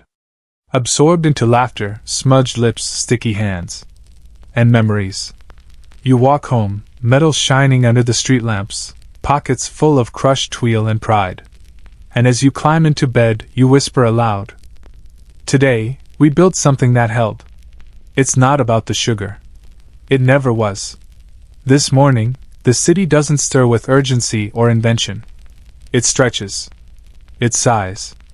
It smells faintly of warm vanilla and stories retold too many times. Today is not a day for construction or revolution. Today is Rescoop Day, an unspoken tradition born of mild exhaustion and collective fondness. The idea? Revisit a flavor you once dismissed. Try again. Taste twice. Give it a second chance, because maybe it wasn't the flavor, it was you. You step outside and immediately sense the change in pace. There are no new carts. No glittering banners. No goat choirs harmonizing in sherbet tones. Just familiar faces with second helping spoons, lined up quietly before carts you've passed a dozen times without stopping. You see it written in chalk on a cobblestone wall. Apologize to pistachio. Forgive rum raisin. Let butter brickle explain itself. And people are doing just that. One man, standing awkwardly in front of a booth called the Reformed Ripple, confesses to the vendor, "I spat it out in 22. I was going through a spicy phase." The vendor just nods and hands him a scoop of licorice dusk. The man takes a bite, chews slowly, and nods back. Redemption earned. You wander down a side street and find a regret bar where people write down past flavor mistakes on napkin slips and trade them in for blindfolded samples. Some of the confessions are dramatic. "I said mint was toothpaste and got banned from my cousin's wedding. I once dumped a scoop of banana nut on purpose just to be edgy." Each one, forgiven with a spoonful and a sigh. Historians still argue whether Rescoop Day was intentional, or just a hangover from the chaotic week of crunchless and architectural ambitions. But the result is unmistakably human, people reconnecting with flavors, and by extension, with the versions of themselves that once rejected them. You approach a cart called Misunderstood Creams. It has no signage except a series of doodles drawn in sticky ink, a crying scoop, a melting sundae with arms reaching for a hug, a broken waffle cone mended with frosting. The vendor gives you a knowing look. "What's the one you never liked?" You hesitate. Then you say it. "Butter pecan." He doesn't flinch. He just nods and hands you a scoop in a tiny porcelain bowl. No toppings. No fanfare. You take a bite. And suddenly, you're back in your aunt's kitchen. Late summer. The fan spinning overhead like it's lazy on purpose. You're sitting on a stool, swinging your legs, not realizing that this is one of those moments that will live in your ribs forever. Butter pecan. You taste it now. Not just the flavor, but the context. You eat slowly. Apologetically. And when you return the bowl, the vendor offers a tiny badge. It reads, "I tried again." Elsewhere in the plaza, a makeshift stage has been set up for flavor testimonies. People come forward and speak on their transformations. One woman admits that she once said all sherbets were training wheels for real desserts. She now runs a sherbet cafe and ends her speech with, "I was wrong, and lemon basil forgave me." Another person stands trembling with emotion, holding a cone of spumoni like it's a family heirloom. "I mocked you," he whispers. "I called you chaotic soup. But you are layered. And so am I." He bows. There is applause. Even Tulip, now adorned with a sash that reads Scoop Therapist, seems to approve. She nudges a child toward the buttered corn pudding cart, where the kid chews thoughtfully, then smiles wide like their tongue just forgave their brain. In a quiet alley, a soft-spoken woman has set up a flavor confessional. No questions asked? Just a small wooden booth where you whisper the desserts and that's haunted you. You kneel. You lean in. You whisper. "I faked liking gelato once just to impress a date. I hated it. I told them it reminded me of sadness." A hand reaches through the side with a spoon. This one's honey figure. No performance. Just taste. You do. It's simple. Honest. You feel lighter. Near the well, someone has set up a flavor time capsule. People are writing letters to their future tongues. Dear me, in 5 years, give anise another chance. Please don't pretend to hate vanilla. It's not boring. You were just scared of simplicity. Try Rocky Road again when you're ready for chaos and moderation. You write your own. Dear future taste buds. Remember, bitterness can be balanced. Maybe you're ready for espresso crunch by now. You fold it. Drop it in the capsule. Someone nearby has started painting small portraits of people with their redemption scoops. You sit for one. The artist doesn't ask questions, just observes. Paints. When they hand it over, you see yourself. Holding butter pecan. Smiling softly. Not triumphant. Just at peace. You thank them. They say, sometimes a re-scoop is a restart. By now, the sun has begun to set. Lanterns flicker on. Candles are lit not with matches, but by tapping spoon to flame. One by one, people gather in the square. And in the center, a large bowl. Massive. Cold to the touch. It's called the melting mirror. Into it, people pour spoonfuls from their second-chance flavors. It churns softly as everyone watches, whispering thanks and toasts. To misjudged mangoes. To misunderstood pralines. To forgiving our own first bites. Then, the first sip is served. They call it regret ripple. You try it. It's layered. Sweet. Sad. Warm. Crisp. Real. And it lingers in a way that no first impression ever could. You walk home slowly, badge still pinned, painting tucked under your arm, spoon in your pocket. Tomorrow, the city might return to invention. But tonight? Tonight is for making peace with every flavor you once refused to understand. And letting them love you anyway. You wake with a quiet reverence in your chest, the kind that only follows forgiveness, both given and received. Butter pecan still hums somewhere in your molars, not loudly, but like a melody half-remembered from childhood. You step outside not expecting anything grand today, and yet the city, in its usual dessert-driven wisdom, has other plans. It's Lost Flavors Day. Not advertised. Not declared. Just understood. All across the city, booths are marked not with bold signs or flashy flavors but with humble chalkboards bearing phrases like Forgotten Fudge No. 4.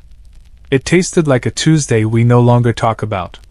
Former favorite, discontinued but not unloved. You pass a cart where the vendor is dusting off a moldy old recipe binder the size of a cobblestone. She's not selling anything.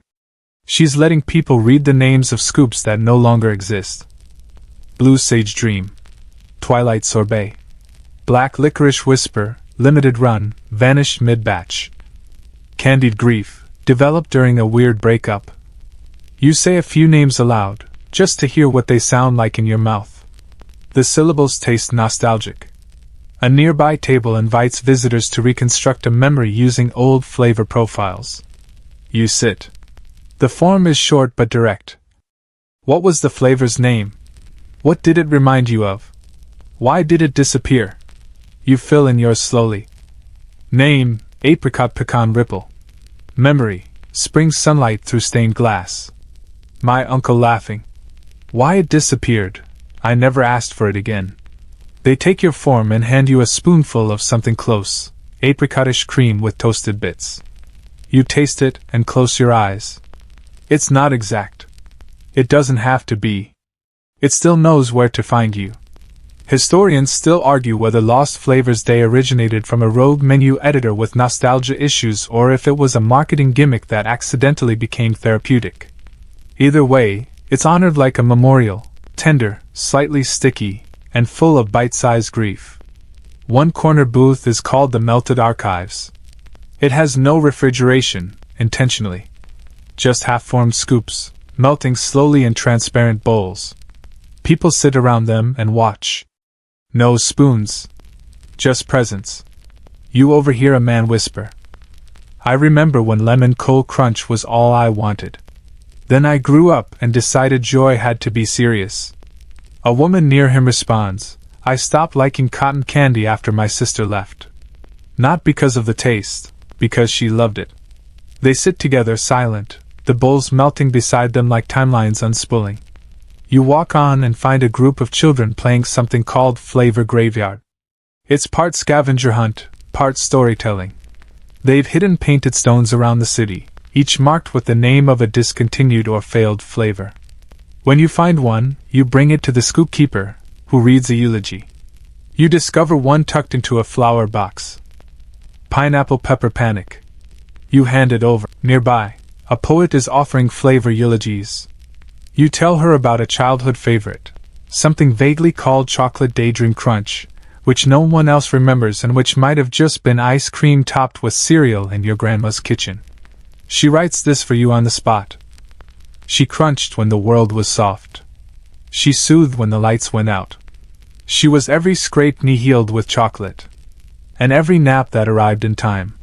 You try to thank her, but she just taps her pen and moves on to the next mourner. At the edge of the square, someone's constructed a shrine called the Scoop Remembered.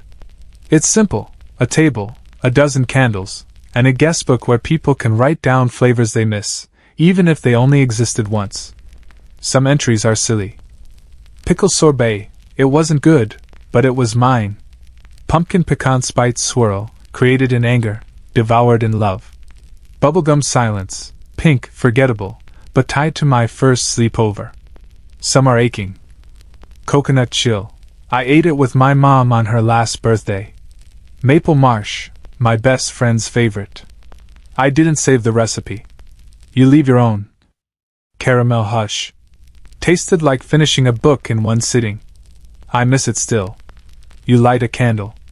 It flickers, then steadies. In a quiet corner, an old man is handing out what he calls phantom tastes. They're just spoons. No scoop. Just the suggestion. He tells you to close your eyes and remember harder. You do. And somehow, for a second, you swear you taste that strange butterscotch juniper scoop you had in a train station once, years ago. You open your eyes. The spoon's still empty. He smiles. Exactly, he says.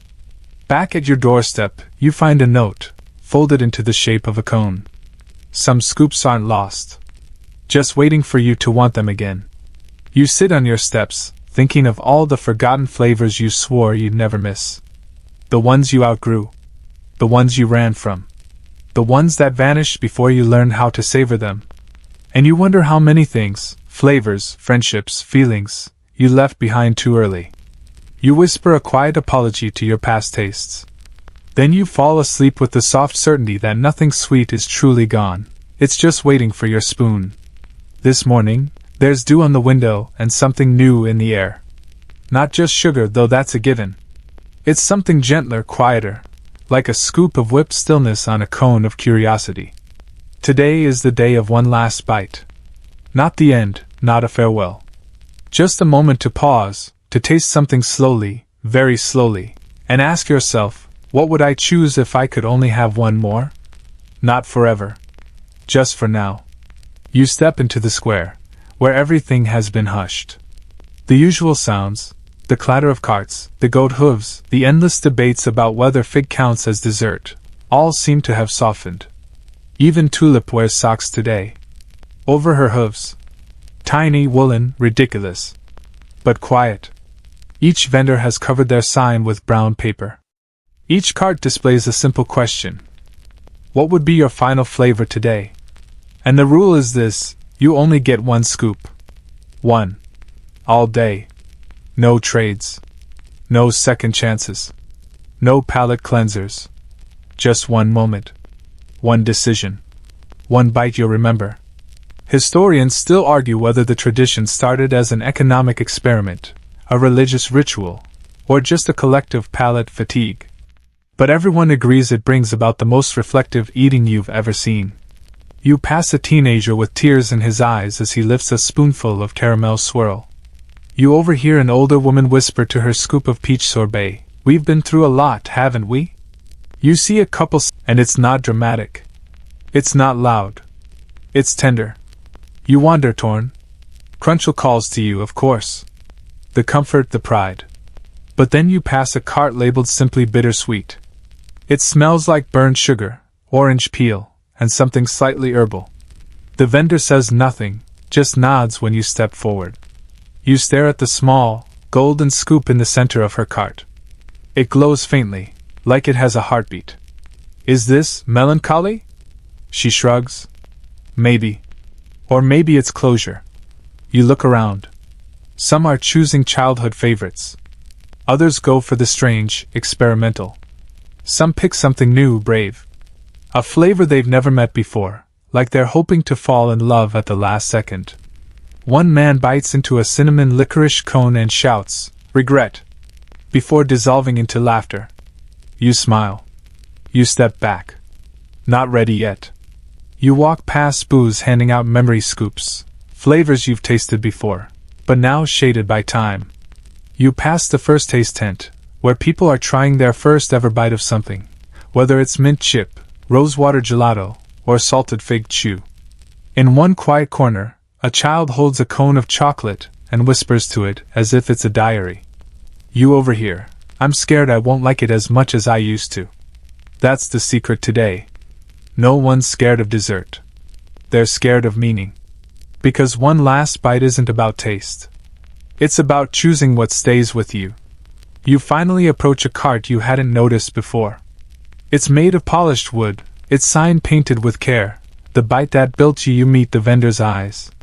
She gestures to a list of base notes: joy, regret, safety, wildness, mystery, forgiveness. You select wildness, because somehow, today, it feels true.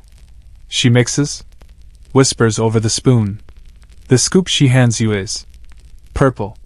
Not bright. Not pastel. Just deep. It smells like storms and campfires. Like laughter that spills past midnight. Like falling, then flying. You walk to the fountain. Sit alone. Lift the spoon. Take one bite. And suddenly, you're everywhere you've ever been at once. Sneaking extra scoops from the freezer as a child. Staring out over rooftops, cold spoon in hand, heartbreak in your throat. Walking barefoot to the kitchen at midnight just for a bite of cold something and the excuse to feel anything at all. Laughing with strangers over new flavors. Sharing silence with old friends over old favorites. Your one last bite tastes like all of it. You finish it. Slowly. The city doesn't cheer. It doesn't need to. You aren't the only one. The plaza fills with people sitting in doorways, on curbs, on each other's steps, eyes closed, breathing through the last of their chosen bites. Not the last forever, but the last for today. You toss your spoon into the scoop bell, a metal basin where used spoons are dropped with a soft chime. It rings once, then settles. As you walk home, full but not heavy, you notice something lovely, a child placing tiny cones along the fence. Each one filled with a first bite for tomorrow. She doesn't even look up as she sets them down. You ask her what they are. She says, the next firsts. So no one's scared to start again. Back at home, you find a folded napkin under your doormat. It reads, "No bite is ever truly your last if you keep tasting the world." You tuck it away. Maybe for tomorrow. Maybe forever. You don't need dessert tonight. You already took the one that mattered. You rise with the soft certainty that something is coming to a close. Not the kind that slams shut or demands fanfare, but the quiet kind. It's evening of the empty cones. A winding down. A letting go. A soft nod to everything this wild, wondrous stretch of dessert obsession has offered, and everything it now returns to silence. The carts are still there, but their windows are shuttered. Their spoons polished and stored. No one is handing out scoops today. Instead, each cart bears a single, solemn item, an empty cone, offered freely to any passerby. You take one, of course. Everyone does. It's tradition. A cone unfilled. Crisp and fragrant and ready, for nothing. Just held. A promise without a payload. You wander. The streets are lined with people doing exactly what you're doing, nothing. Just walking slowly with an empty cone in hand. No rushing. No licking. No choosing. Just honoring the space that flavor once filled. You spot a man gently turning his cone in his fingers like a prayer wheel. You pass a little girl who's made hers into a hat for her stuffed goat. You see a pair of elderly friends tapping their cones together like glasses before quietly continuing their stroll. And there's no shame in the emptiness. That's the point. This day is about digesting everything you've eaten, yes, but also everything you've felt. All the laughter, the regret, the weird crunchy miracles, the failed experiments, the second chances. Every scoop that surprised you. Every bite that forgave you. Historians still argue whether the evening of the empty cones was created as a palate cleanser before winter, or if it was just a natural result of a community realizing that even joy needs a rest day. Whatever the origin, it has become sacred. You sit by the fountain in the plaza, the same one that once hosted banana splits tall as toddlers, and now simply reflects the sky. Your cone rests beside you on the stone edge. A boy walks by offering tiny slips of paper. He doesn't speak. Just hands one to each person he passes. Yours says, "What did you carry in your cone this season?" You close your eyes. You remember Crunchel. You remember the goat parade. The regret ripple. The one last bite. The sweetness that cracked open something deep in you. You look down at your empty cone. And you smile. You see that others are beginning to place theirs gently at the base of the fountain, like offerings. No names. No toppings. Just cones, leaning one against the next. They call it the cone cairn. Some decorate theirs with ribbons or tiny dried fruit. One is carved with thanks for the textures. Another has a miniature spoon tied to it with twine. Someone tucks a flower petal into theirs. Someone else just leaves it plain. Honest. You place yours beside the others.